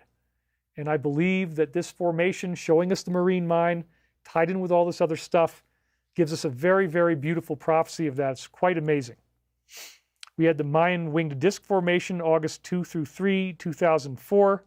That's another one that is implied here. Again, possibly suggesting the winged disk, the visitors, possibly suggesting the solar flash, Mayan calendar end date, all these things interrelated. The double star formation of 2005 was another one that we see. That's pretty fascinating. Another one is this tetrahedral formation, once again, but there's some other layers there that we're not going to talk about right now. But, you know, compare this with Wayland Smithy 2005, and again, they're very similar. And if you know what that symbol is on the right, I'm not going to go into it this time, but is that showing that this initiative will be defeated? Is that showing that this is all going to be exposed? Is that part of what is coming out right now? Did we just get some files released? Yes, we did. So if you're a wise viewer, then you know what's going on, and you know what that means. All of these themes are implied in the latest formation. Another one here, the Mayan Star of David, and that was August 13th of 2005. It's very beautiful once again, possibly suggesting once more something transforming with the sun, all the feathers coming off of it. The Mayan ET head formation, August 23rd, 2013. This is again possibly talking about extraterrestrials coming back to visit us, possibly talking about their craft. Cycles of Venus, that's another layer of what this is. Because when Venus goes through the sky at night, it actually conjoins itself, it comes to 5 different points in conjunction with the Earth, forming a perfect pentagram. And so that's one of the things that it naturally does as it goes through space. So this is interesting. The 5-sided star could be related to Venus in the fact that, again, Venus-Earth conjunctions come together in 5 different places. The 5 times in a row of Venus and Earth conjoining forms a pentagram. It actually does. So when you get July 20th plus 8 months, that's what I'm just saying, is that's when the crop circle came down. You get to March 20th. And so the 8 months, where did I get 8 months from? Because it's the equivalent of 5 cycles of Venus, 8 years on Earth. We'll take the 8 years, we'll turn it into months. I'm just doing this arbitrarily, but there might be some basis to it. You get March the 20th. This was less than 3 weeks after the start of the war. So again, 8 months, maybe that's what we're talking about here. During that time, this is when everything, there was, major escalation. Started on February 28th, 900 strikes in the first 12 hours. And then it wasn't until March 20th that we had airstrikes that were done on military targets, and they were responding with widespread missile drone attacks across the whole Middle East, causing major eruptions. So it also ties in with the Wicker Man formation, and this is another thing that we saw before. But again, I could go on and on with this. In fact, we probably have so many of these that we need to pick this up next week, because at this point I actually need to keep moving forward. So let's keep moving forward. And Paula Mignon says, can you show us new crop circles in the last year? Can we decode them? That's exactly what we're doing. That's exactly what we're doing. Scary, Stupid, Strange donated $3. Thank you very much. Let's see if I missed any. So, yeah, at this point, Charlie Winter, what if the 27 also points to next year, 2027? That's a good point. Also, the crop circle from 20 years ago, does that imply a 20-year time loop you spoke about before? Great show and amazing work. Thank you very much. Yeah, so let's actually, we'll skip the Wicker Man thing for right now. We're going to jump ahead to, well, we'll do a little bit of it. Actually, yeah, we will get through this because this is very important. Okay, sorry. I just want to be clear. So, again, we see here that you can overlap the Wicker Man formation from England of 2025 with this formation. He's done that there, and you see that they overlap perfectly with each other. The stars and everything, the lines, the bars. So that's the Avebury one that we really need to look at here. And this appears to be, again, solar flash, orbs of energy coming off of the sun, transforming our reality. June 8th is when this came in. And then, so that's a very beautiful formation related to this idea of the Wicker Man. We'll talk about that in a second. Lane End down, July 9th of last year, ties in, or this was 2023, this was the main wicker basket formation, again, suggesting the sun, suggesting orbs, portals coming off of it. You see the sun there in the middle, very nicely stylized with all that weaving crop. And then the original wicker basket formation showed up in 1999, which has 7-fold symmetry, looking the same. And it actually looks like a woven wicker basket. And the Wicker Man being a very important symbol. But, yeah, so I wanted to get you to see that. So now we're back to Avebury again. This happened again last year. Just like Paula Mignon asked, we're analyzing all this stuff. So this is very fascinating how the two correlate with each other. The Wicker Man is a movie that talks about how this guy is trying to investigate a pagan cult on this island, and they ultimately march him into a Wicker Man statue that is burned. They fool him. Everybody on the island is in on it, and he gets marched in there, and he's burned to death. And so ultimately it's about setting up your adversary, and that's really a statement of the swamp and what they've been doing all this time. But now the tables are turned, everything's reversed on them, and it's flipping around the other way. And then we also had another wicker basket formation 2023 that shows us the bat signal right in the middle. So that's pretty interesting too. So again, this formation showed up right before right after Midnight Hammer. We had a scare event post that showed up at the time where he was saying everybody should immediately evacuate Tehran. And they highlighted his warning in a post. This was before Midnight Hammer. And he says they should have signed the deal I told them to sign. What a shame. They cannot have this. I said it over and over again. Everyone should immediately evacuate. And they highlighted his warning in a post. Now, back last year, he vetoed the plan to go after the leader. And then the other guy says, we will do what we need to do. Well, now that's actually happened. So provocative events continued, and they said they are not going to strike. They remain in defensive position only. That's what we thought. But then they actually did it anyway.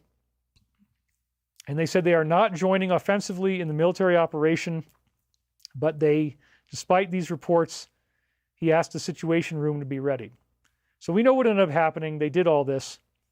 But the point is, now we're into something new. I'm going to zoom ahead a little bit here because we do have to keep moving. Let's see here. So, getting back to Friday now, it also codes in the name of the morning star.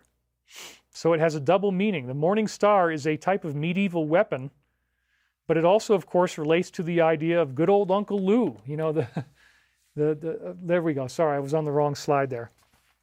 So you can see the morning star has a double meaning. It also relates to, obviously, the name of evil, or one name of it, you know, the idea of the Uncle Lou.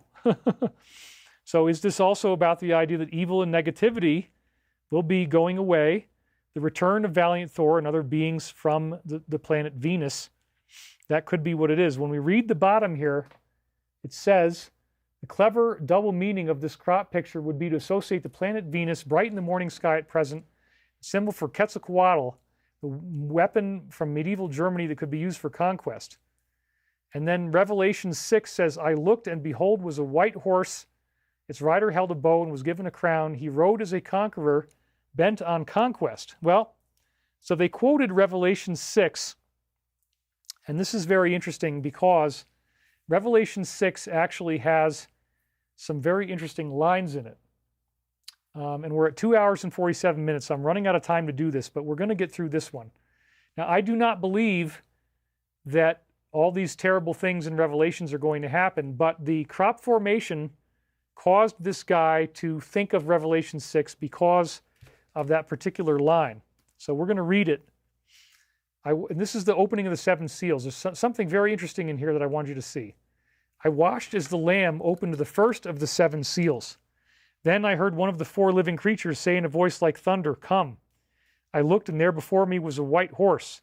Its rider held a bow, and he was given a crown, and he rode out as a conqueror bent on conquest. So again, that made this crop circle researcher think of the morning star weapon.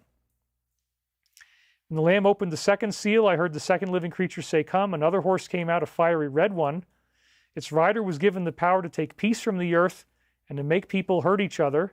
To him was given a large sword. So this is, again, talking about the negative and all the stuff that's happening right now. It's all symbolic, of course.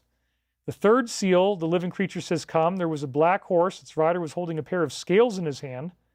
Then I heard a voice among the four living creatures say, 2 pounds of wheat for a day's wages, 6 pounds of barley for a day's wages, and do not damage the oil and the wine. Do not damage the oil. So, hold on. We have to see this up close. How interesting that it says, do not damage the oil. That was the point I wanted to get to on that. That here is this quote from Revelations, invoked by the crop formation, that this guy analyzed it and put it together, and it says, do not damage the oil. You can't even make this stuff up, because again, what have they been doing? They've been bombing Karg Island, but not damaging the oil infrastructure, and the whole basis of this conflict is about do not damage the oil. So there's another thing that's very, very curious, the tie-in with the book of Revelations, all this kind of interesting stuff, and do not damage the oil.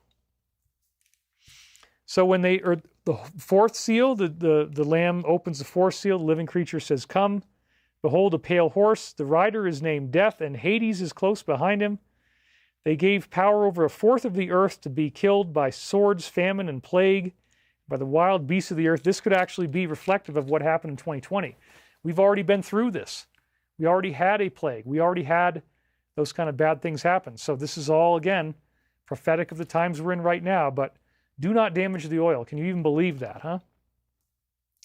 When he opened the fifth seal, I saw under the altar the souls of those who had been slain because of the word of God and the testimony they'd maintained. They called out in a loud voice, "How long, sovereign Lord, holy and true, until you judge the inhabitants of the earth and avenge our blood?" Well, yeah, there's a lot of people that are looking for that who probably did pass on, and they're waiting to see justice come about. Each of them was given a white robe. They were told to wait just a little longer until the full number of their fellow servants, their brothers and sisters, ended up going just as they had been. And again, this isn't literally like everybody is going to have to leave. I'm not saying this is literal. This is all very symbolic. But then we have the earth change, great earthquake. Again, Michael telling us we avoided this negative timeline. Revelations had to warn us about this. But we also want to be careful. Our leaders need to make sure they don't do too much damage, because we don't want to have any possibility that these negative timelines could come about. We really don't. Because what would happen? Well, the sun turns black like sackcloth made of goat hair. The moon turns blood red. Stars in the sky fall to the earth. Figs drop. This is like the pole shift, basically. The heavens rolled back like a scroll being rolled up, and every mountain and island was removed from its place. That's very powerful stuff, man. Then the kings of the earth, the princes, the generals, the rich, the mighty, everyone else, slave and free, hid in caves and among the rocks of the mountains. They called to the mountains of the rocks, "Fall on us and hide us from the face of him who sits on the throne, from the wrath of the Lamb. For the great day of their wrath is come, and who can withstand it?" So again, it's very interesting, the line, "Do not damage the oil," and how that relates to this. And again, I do not believe we're now going to have this negative pole shift. The day the earth stood still formation shows us the ETs will stop us from creating some type of nuclear catastrophe. And that gets back to why they show up on these installations, which again, we're going to be hearing about that, and it's going to be framed as a threat. Miles Servin says the earlier bat signal also seems to resemble the logo of the Rebel Alliance from Star Wars, with the emphasis on the term alliance. That's very interesting, yeah. Anyway, yeah, so this is very, very interesting stuff, isn't it? All these things fitting together. So I don't want you to be afraid of the book of Revelation, but the positive part that it gets into at the end about the ascension, I think, is very, very significant. So let's talk about that. After this all happens, because this is the positive part without all the negativity. Oh, it's the Chinese year of the fire horse, says Charlie Winter. Thank you for that, too.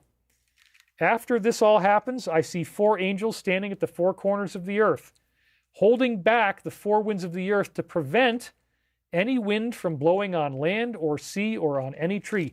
This is the prophecy of the angels being able to stop things from going bad, stop it from being negative, and that we're not going to have a disaster. We're not going to have a catastrophe after all.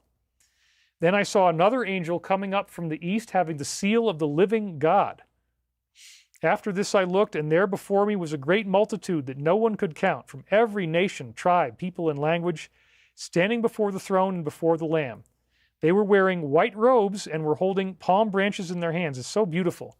They cried out in a large voice, "Salvation belongs to our God who sits on the throne and to the Lamb." All the angels were standing around the throne, the elders and the 4 living creatures. They fell down on their faces before the throne and worshiped God, saying, "Amen. Praise and glory and wisdom and thanks and honor and power and strength be to our God, forever and ever. Amen." Then one of the elders asked me, "These in white robes, who are they and where did they come from?" I answered, "Sir, you know." And he said, "These are they who have come out of the great tribulation. They have washed their robes and made them white in the blood of the Lamb. Therefore they are before the throne of God and serve him day and night in his temple. And he who sits on the throne will shelter them with his presence." So this is actually a prophecy of people going through the ascension. It's really, really beautiful. Never again will they hunger. Never again will they thirst. The sun will not beat down on them, nor any scorching heat. Sounds great. For the Lamb at the center of the throne will be their shepherd. He will lead them to springs of living water, and God will wipe away every tear from their eyes. That is the ascension prophecy. So this image again came down in Freiding, Germany, but the nearest large town is Andex, Germany. And so this is very, very interesting as well, because it's very significant in World War II terms, and I think this is the key to the entire prophecy. During World War II, Andex Monastery in Bavaria survived bombing raids and served as a critical sanctuary for cultural preservation. Historic works and collections were transferred from Munich to the monastery to protect them from the destruction of the war, ensuring their survival. There you go. While the monastery itself was not a target of the Germans' ideological persecution, it operated within that region when the state was suppressing their opposition, controlling all aspects of public life. But the monks were able to continue their duties, including the operation of their brewery, which somebody was talking about before, funding their charitable activities and surviving intact. There you go. I think this is a prophecy about the world, that we will survive intact, that we will be like those 144,000, which is a symbolic number. The people in the robes will get through this tribulation without the destruction of the planet. The winds will be stopped. The earth will be saved. Do not damage the oil. Isn't that hilarious? I just couldn't believe it when I saw that today. I was putting it together this morning. What are the data centers? Yeah, I mean, it's an instrument for potential control. Very, very concerning on that front. But, again, the monastery escaped the extensive damage suffered by many German cities during the war's final years, housing valuable artifacts evacuated from Munich, acting as a repository for their Bavarian heritage, and then saw a resurgence in religious pilgrimages, particularly from exiled Silesians seeking the relics of their patron saint, St. Hedwig, arriving in 1929. So again, this strongly suggests humanity will survive. I went to Wikipedia. Here's an image of this beautiful monastery from Traveler 100. Looks like a very, very peaceful place. They've got some gardening going on there, some beautiful terracing in the background. Just looks like an absolutely pristine paradise. And so that's really, really amazing. And the Bible does describe different timelines. It says, you know, where two or more, two will be walking, and then there will be one, two in the field, then there will be one. So we could actually end up seeing, in the aftermath of disclosure, in the aftermath of these other things happening, some type of very decisive shift that I find is incredibly fascinating. And, you know, we're really looking at this. So, Charlie says Andex is located on the Holy Mountain near Lake Amersey. Thank you for that. I didn't know that. R.J. Patterson, the Bible is good news. Praise Master Jesus. Absolutely. So, yeah, that's a very, very fascinating thing that we have to look forward to there. And what I want to do now is to jump ahead to a new reading that I brought through, because I think this is a great way to end out the show. We have a half an hour left. We can get through it in a half an hour pretty well. We just have to kind of not read it really slowly, but this is something that, you know, summarizes all the data that we've got. It came out last year, or no, I'm sorry, last week is when I first started, or no, that's not true. I did this, last week, before I knew what was really going on, but anticipating we might have trouble. I just asked for clarity and guidance and tuned out my conscious mind, went into meditative trance, and developed this very beautiful set of words for you. So I think this is really, really interesting. So yeah, the revelation was a beautiful one, and now we're going to read this too. And this is, again, inspiring us to get through all the negativity that's happening right now and not be bogged down by it. Here we go. You ready for this? This is great stuff. Arise and shine, brothers and sisters of the light. Remember your calling, the commitment you made to come to this world before incarnation. You are living through a time of extraordinary challenges and upheavals. Do you rise to meet the calling of service that appears when others are in such great need? Or do you rest in the discomfort of silence? It's a very poignant question, isn't it? I am only human. What can I do about these upsetting things? Many indulge in such thoughts. To reach out to another in love, service, and healing is to approach the self and close the circuit. Life wasn't meant to be stressful and difficult. We bear these burdens together, sharing the ups and downs, the joys and disasters, and living in the truth of our purpose. We had Stephen Brixey donated. He says, a U.S. Army veteran, thanks you for your service. Thank you, Stephen. Really appreciate that. Let me take a drink of water here.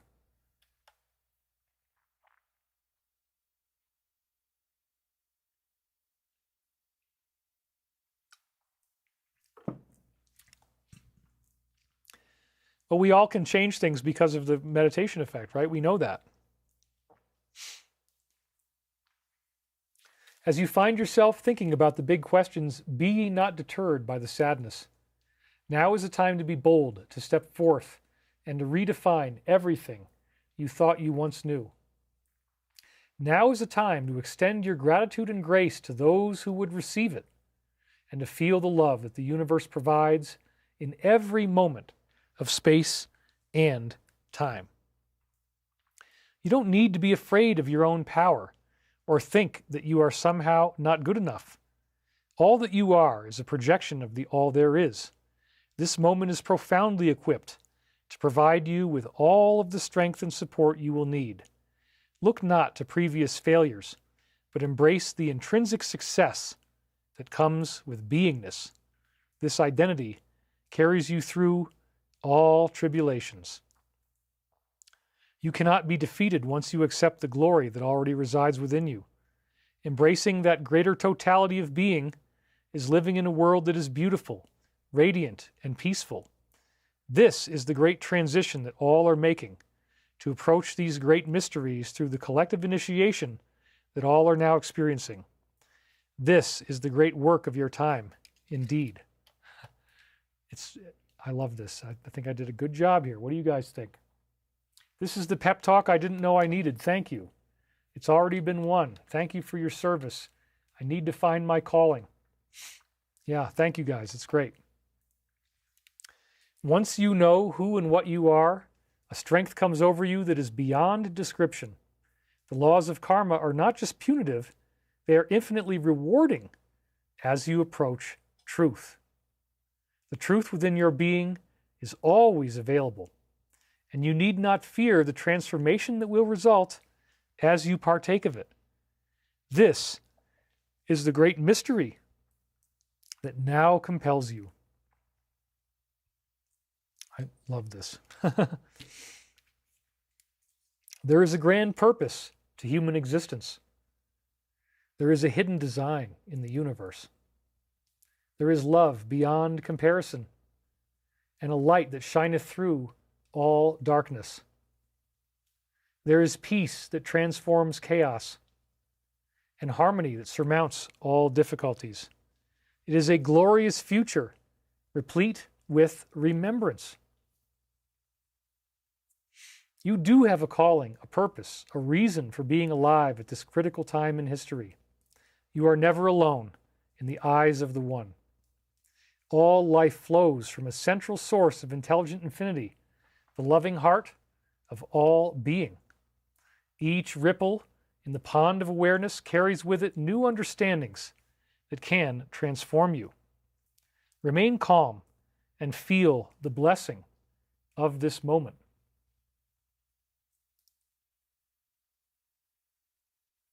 There is no need to fear, even in your times of greatest distress and pain.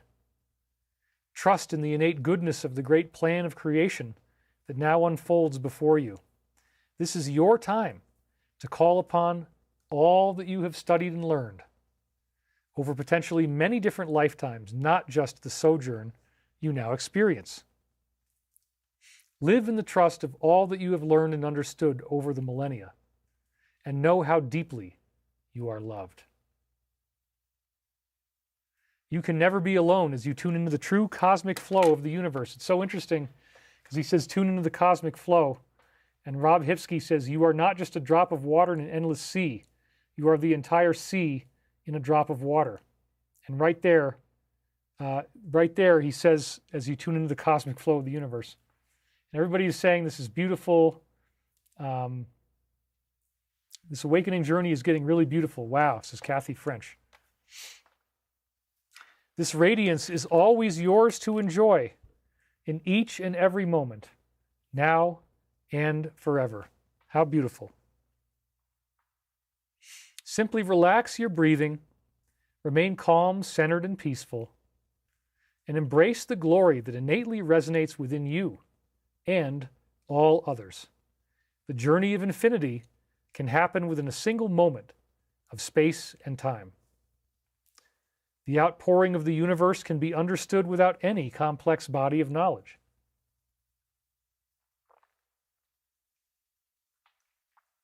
This is your time to transform, for it is in those darkest and most difficult moments that the love of the universe reveals itself to you.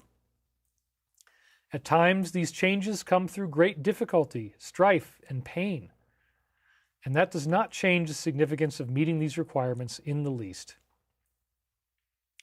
You are called to greatness, to understand and respect a harmony that goes far beyond the limitations of space and time. You are living in a grand illusion whose precepts can be easily understood, even as the journey of mastering them can be the work of many incarnations. This is a time to arise to your mastery, to draw upon the strength that naturally arises from the Spirit indwelling within you. This is a time to behold the great quest, to live and to love and to be happy in the majesty of an infinite tomorrow, as the time of all times becomes your own now. And Vakapalo says these words are fertilizers for our soils/souls. Yeah, so it's very, very beautiful. So anyway,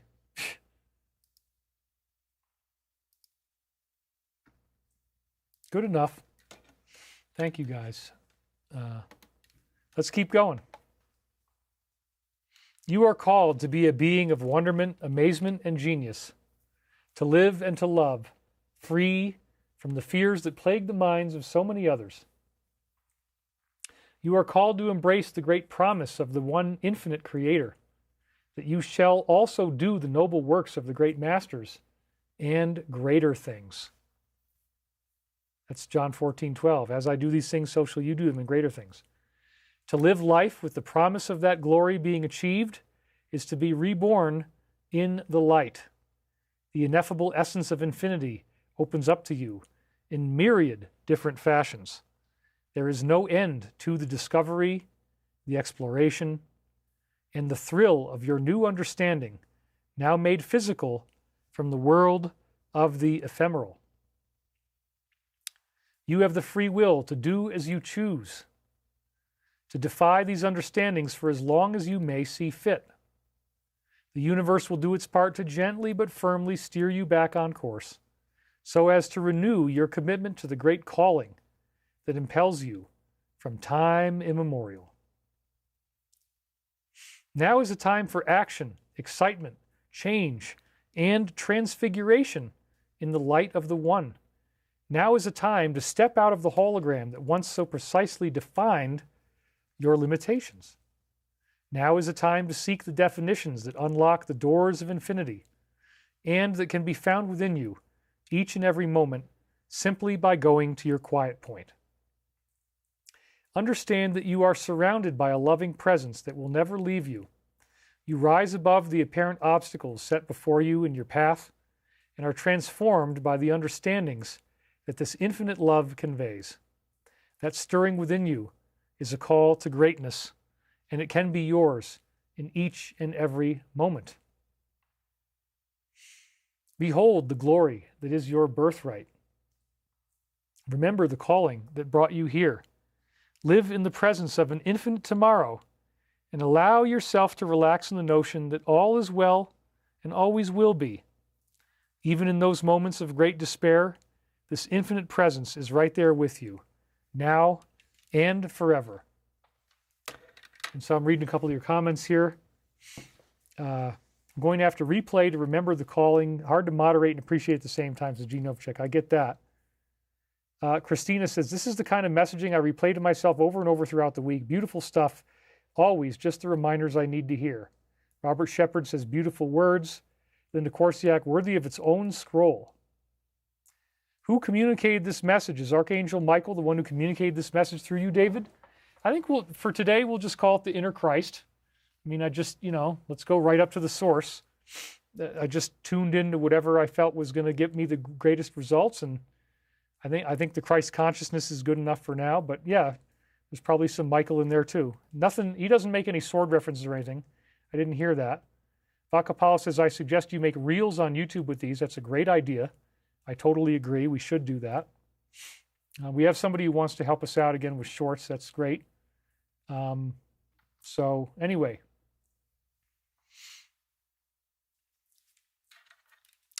Others may quake and churn as they see the difficulties and challenges unfolding, whereas you remain calm, steadfast, and approachable in your own center of being.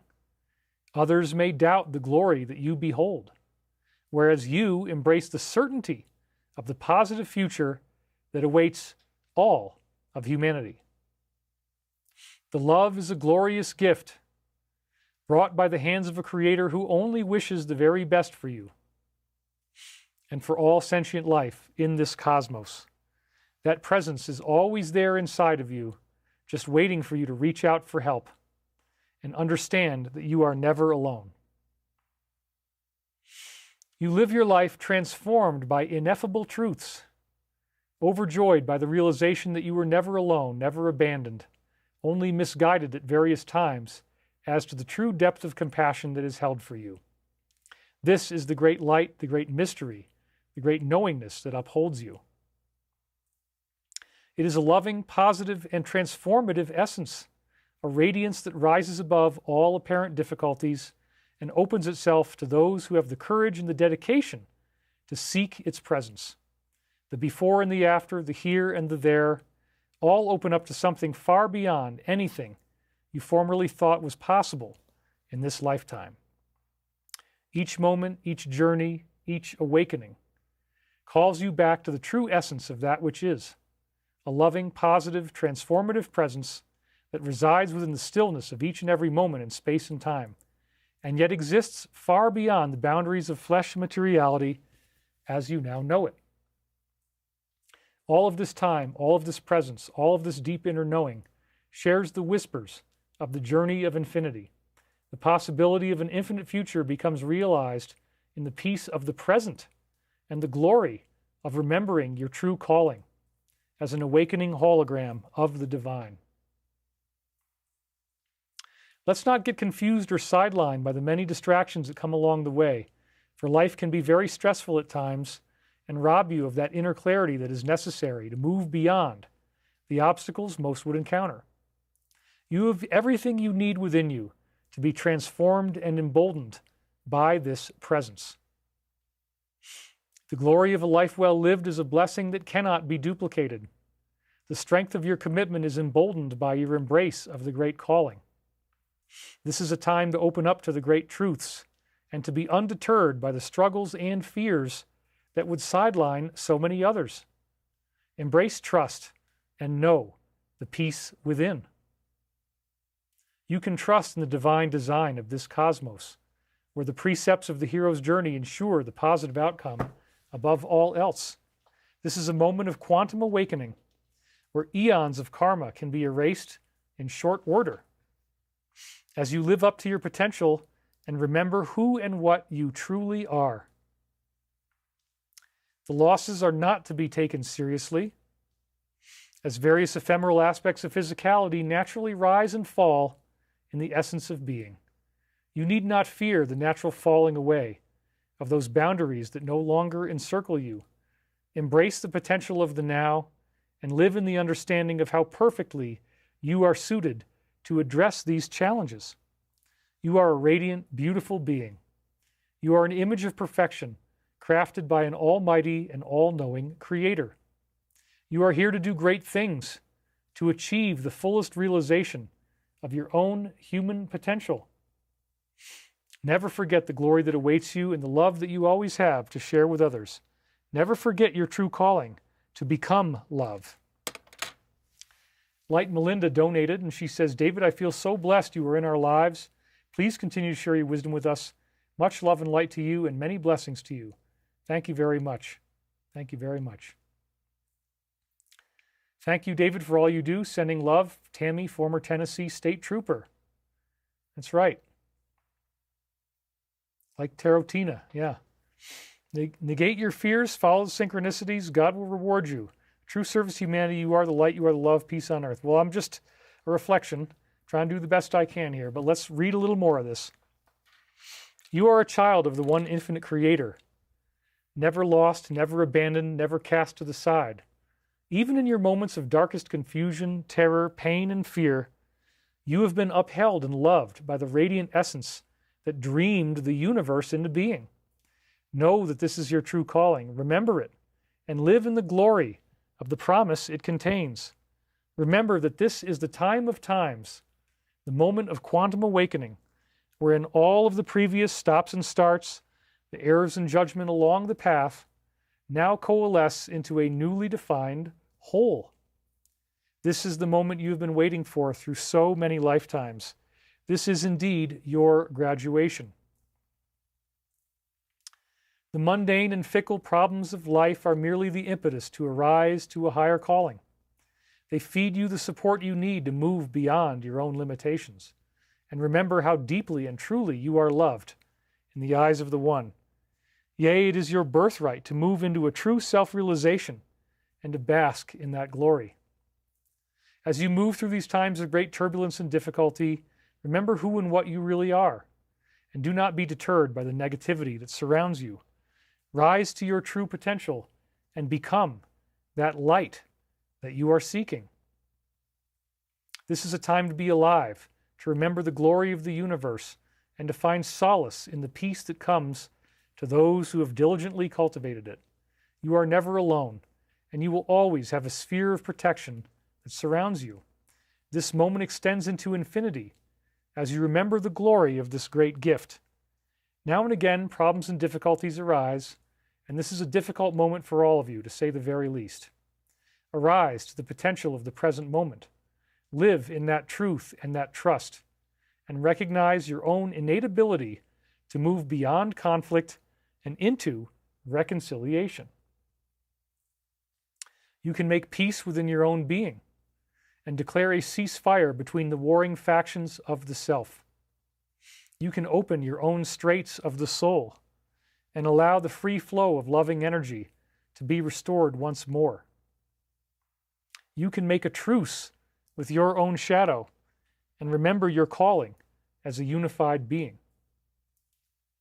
Your own positive attitude can help change the outcome of this conflict. Your radiance of being is unsurpassed as you focus on your calling and remember it. You are surrounded by a heavenly host of intelligent, aware, and awakened beings who want nothing more than to see you survive and thrive like never before. Never forget how deeply and truly you are loved. This is as it was, as it is now, and as it always shall be, and nothing and no one can take that from you. And so it is. Amen. Well, there we go. Now we're ready to do our global peace meditation. Again, Vakapala saying these words of wisdom would make great TikToks. I agree completely. So that's the kind of thing we should do. These little sections. I'm probably going to keep doing this every week because I just think that, new readings, tailoring, like just tuning in, however deep I'm going. It might not be the deepest trance I've ever done, but it's definitely good enough to get into the attunement with the inner Christ, to hear that voice, to listen to it, to hear what it has to say.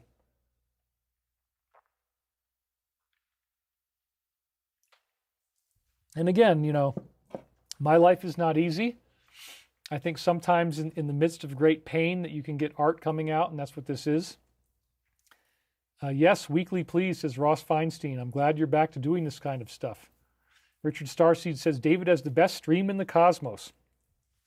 Again, I'm sorry I announced this at the last minute, but you guys get the deal. Even if you don't see or hear anything from me throughout the week, it may still show up on Sunday. So come back, come in, look for it. It's going to start at the same time if I end up doing it. Hopefully I can get the next one out earlier.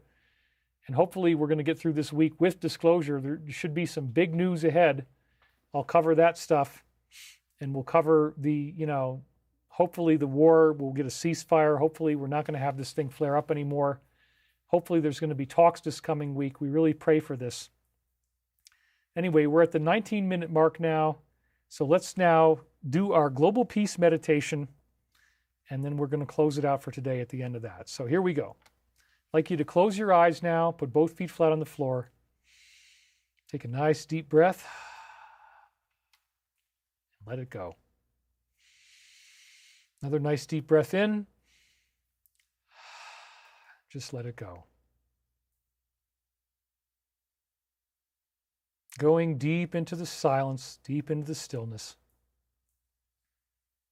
Feeling that peace flowing through us. And understanding that indeed we are never alone. The universe wants us to be happy, wants us to be healed, wants us to be transformed in the light of everlasting love. And we find ourselves going into a deep personal silence, a deep stillness, awakening to our inner potential, feeling that grace of the divine shining down upon us now, bringing us to so much love, so much light, so much glory, so much radiance.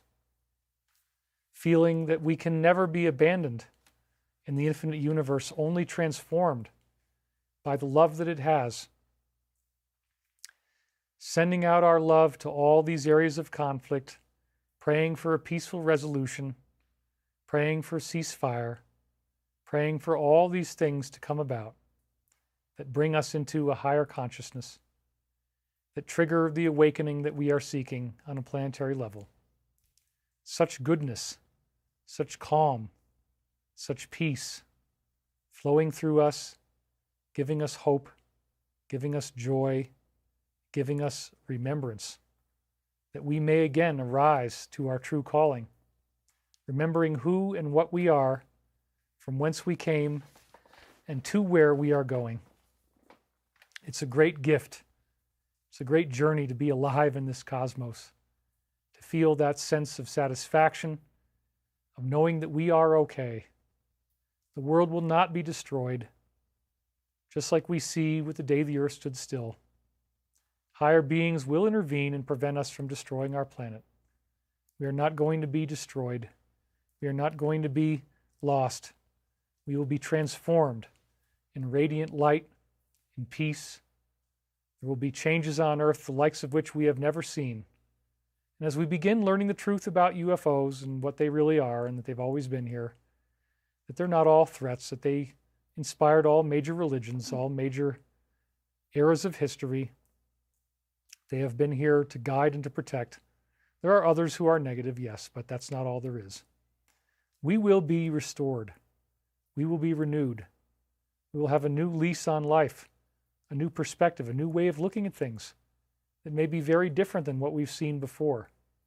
And we can rest easily in the knowingness that we are okay, that we will be preserved, that we will be kept whole and safe and peaceful, and that nothing can threaten us, because we are, in fact, all part of this divine cosmic bliss, part of this divine creation.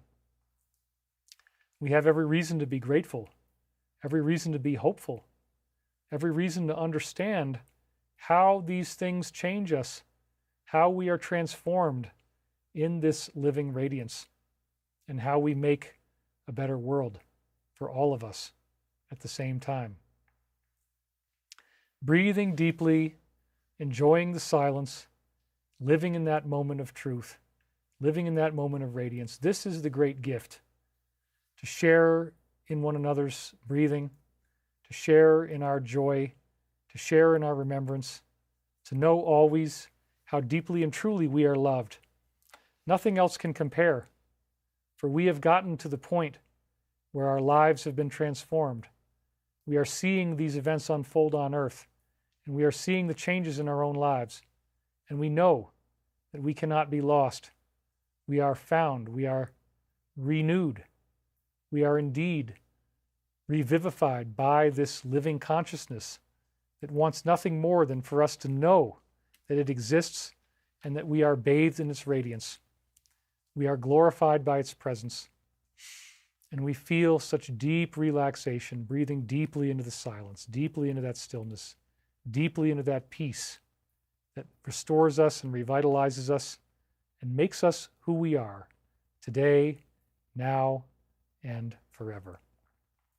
We are so grateful for the opportunity to have this healing occur on a planetary level. Let us hope that the wars can come to an end. Let us hope that we can find a pathway to peace. Let us hope that we can find understanding and a renewed appreciation and respect of one another in our boundaries and our sovereignty and what truly matters.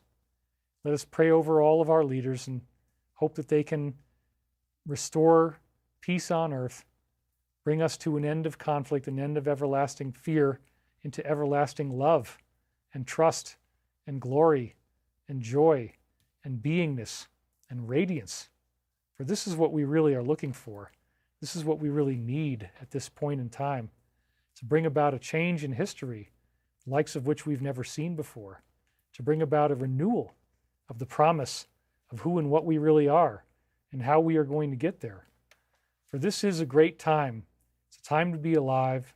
It's a time to be in bliss. It's a time to reach out to one another, to embrace one another, to uphold our highest and best ideals, and to know once and for all how truly and deeply we are loved. For thine is the power and the kingdom and the glory forever and ever. Amen. All right. So we're doing it. We're getting through all this, you guys. This is great.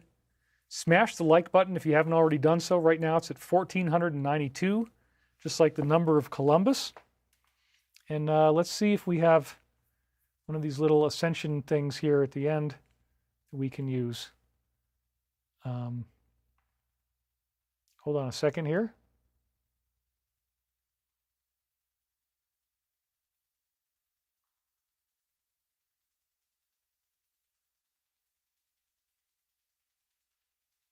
Let me take a look at what I want to do.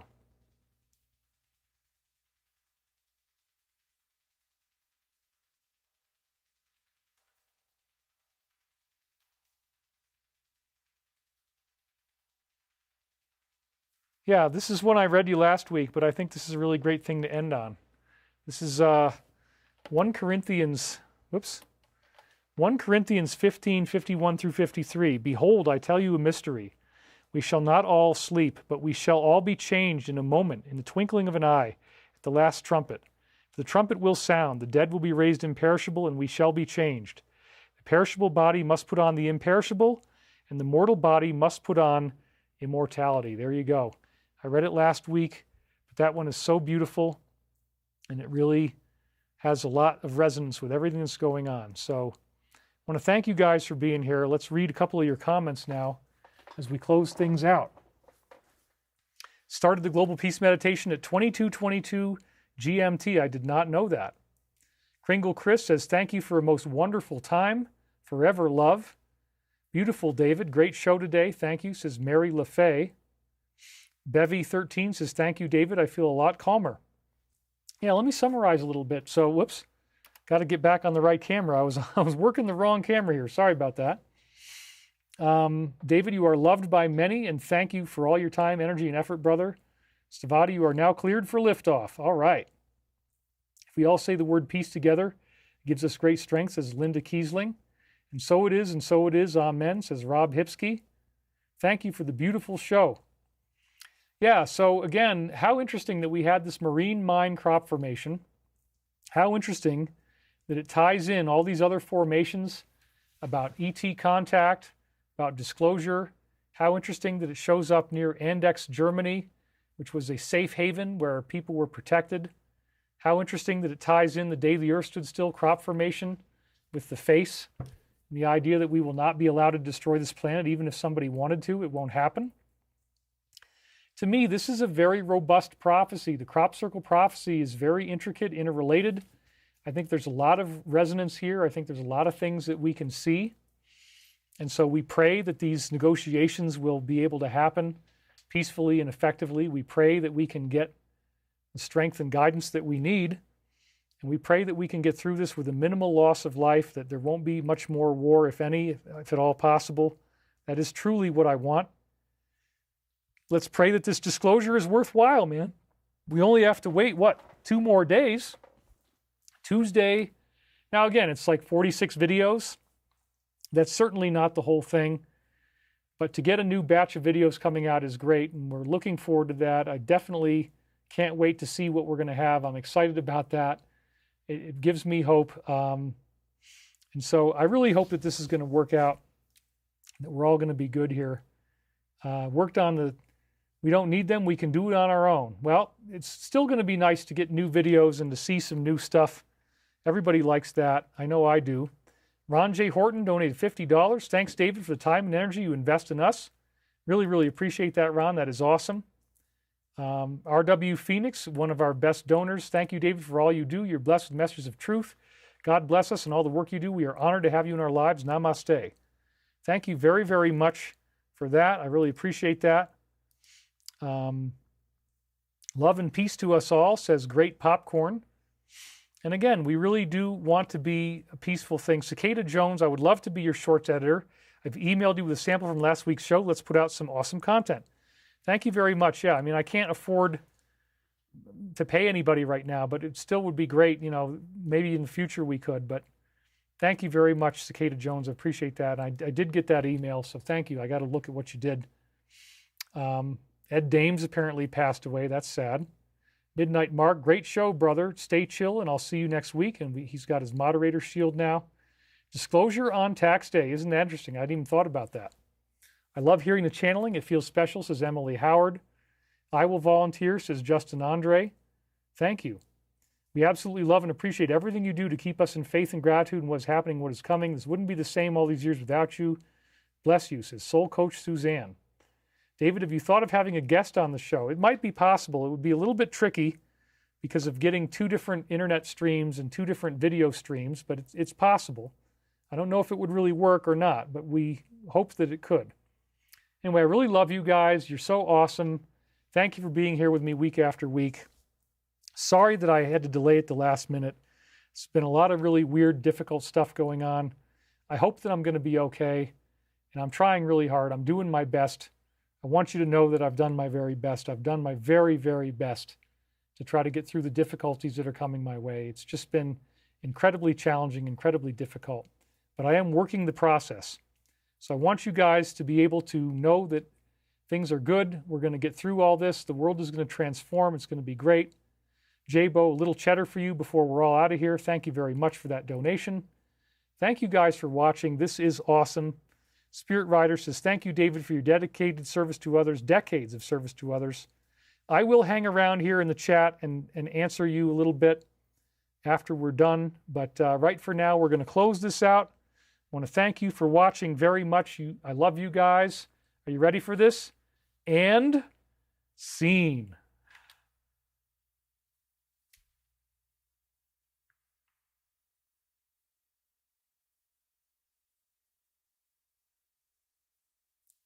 I love it.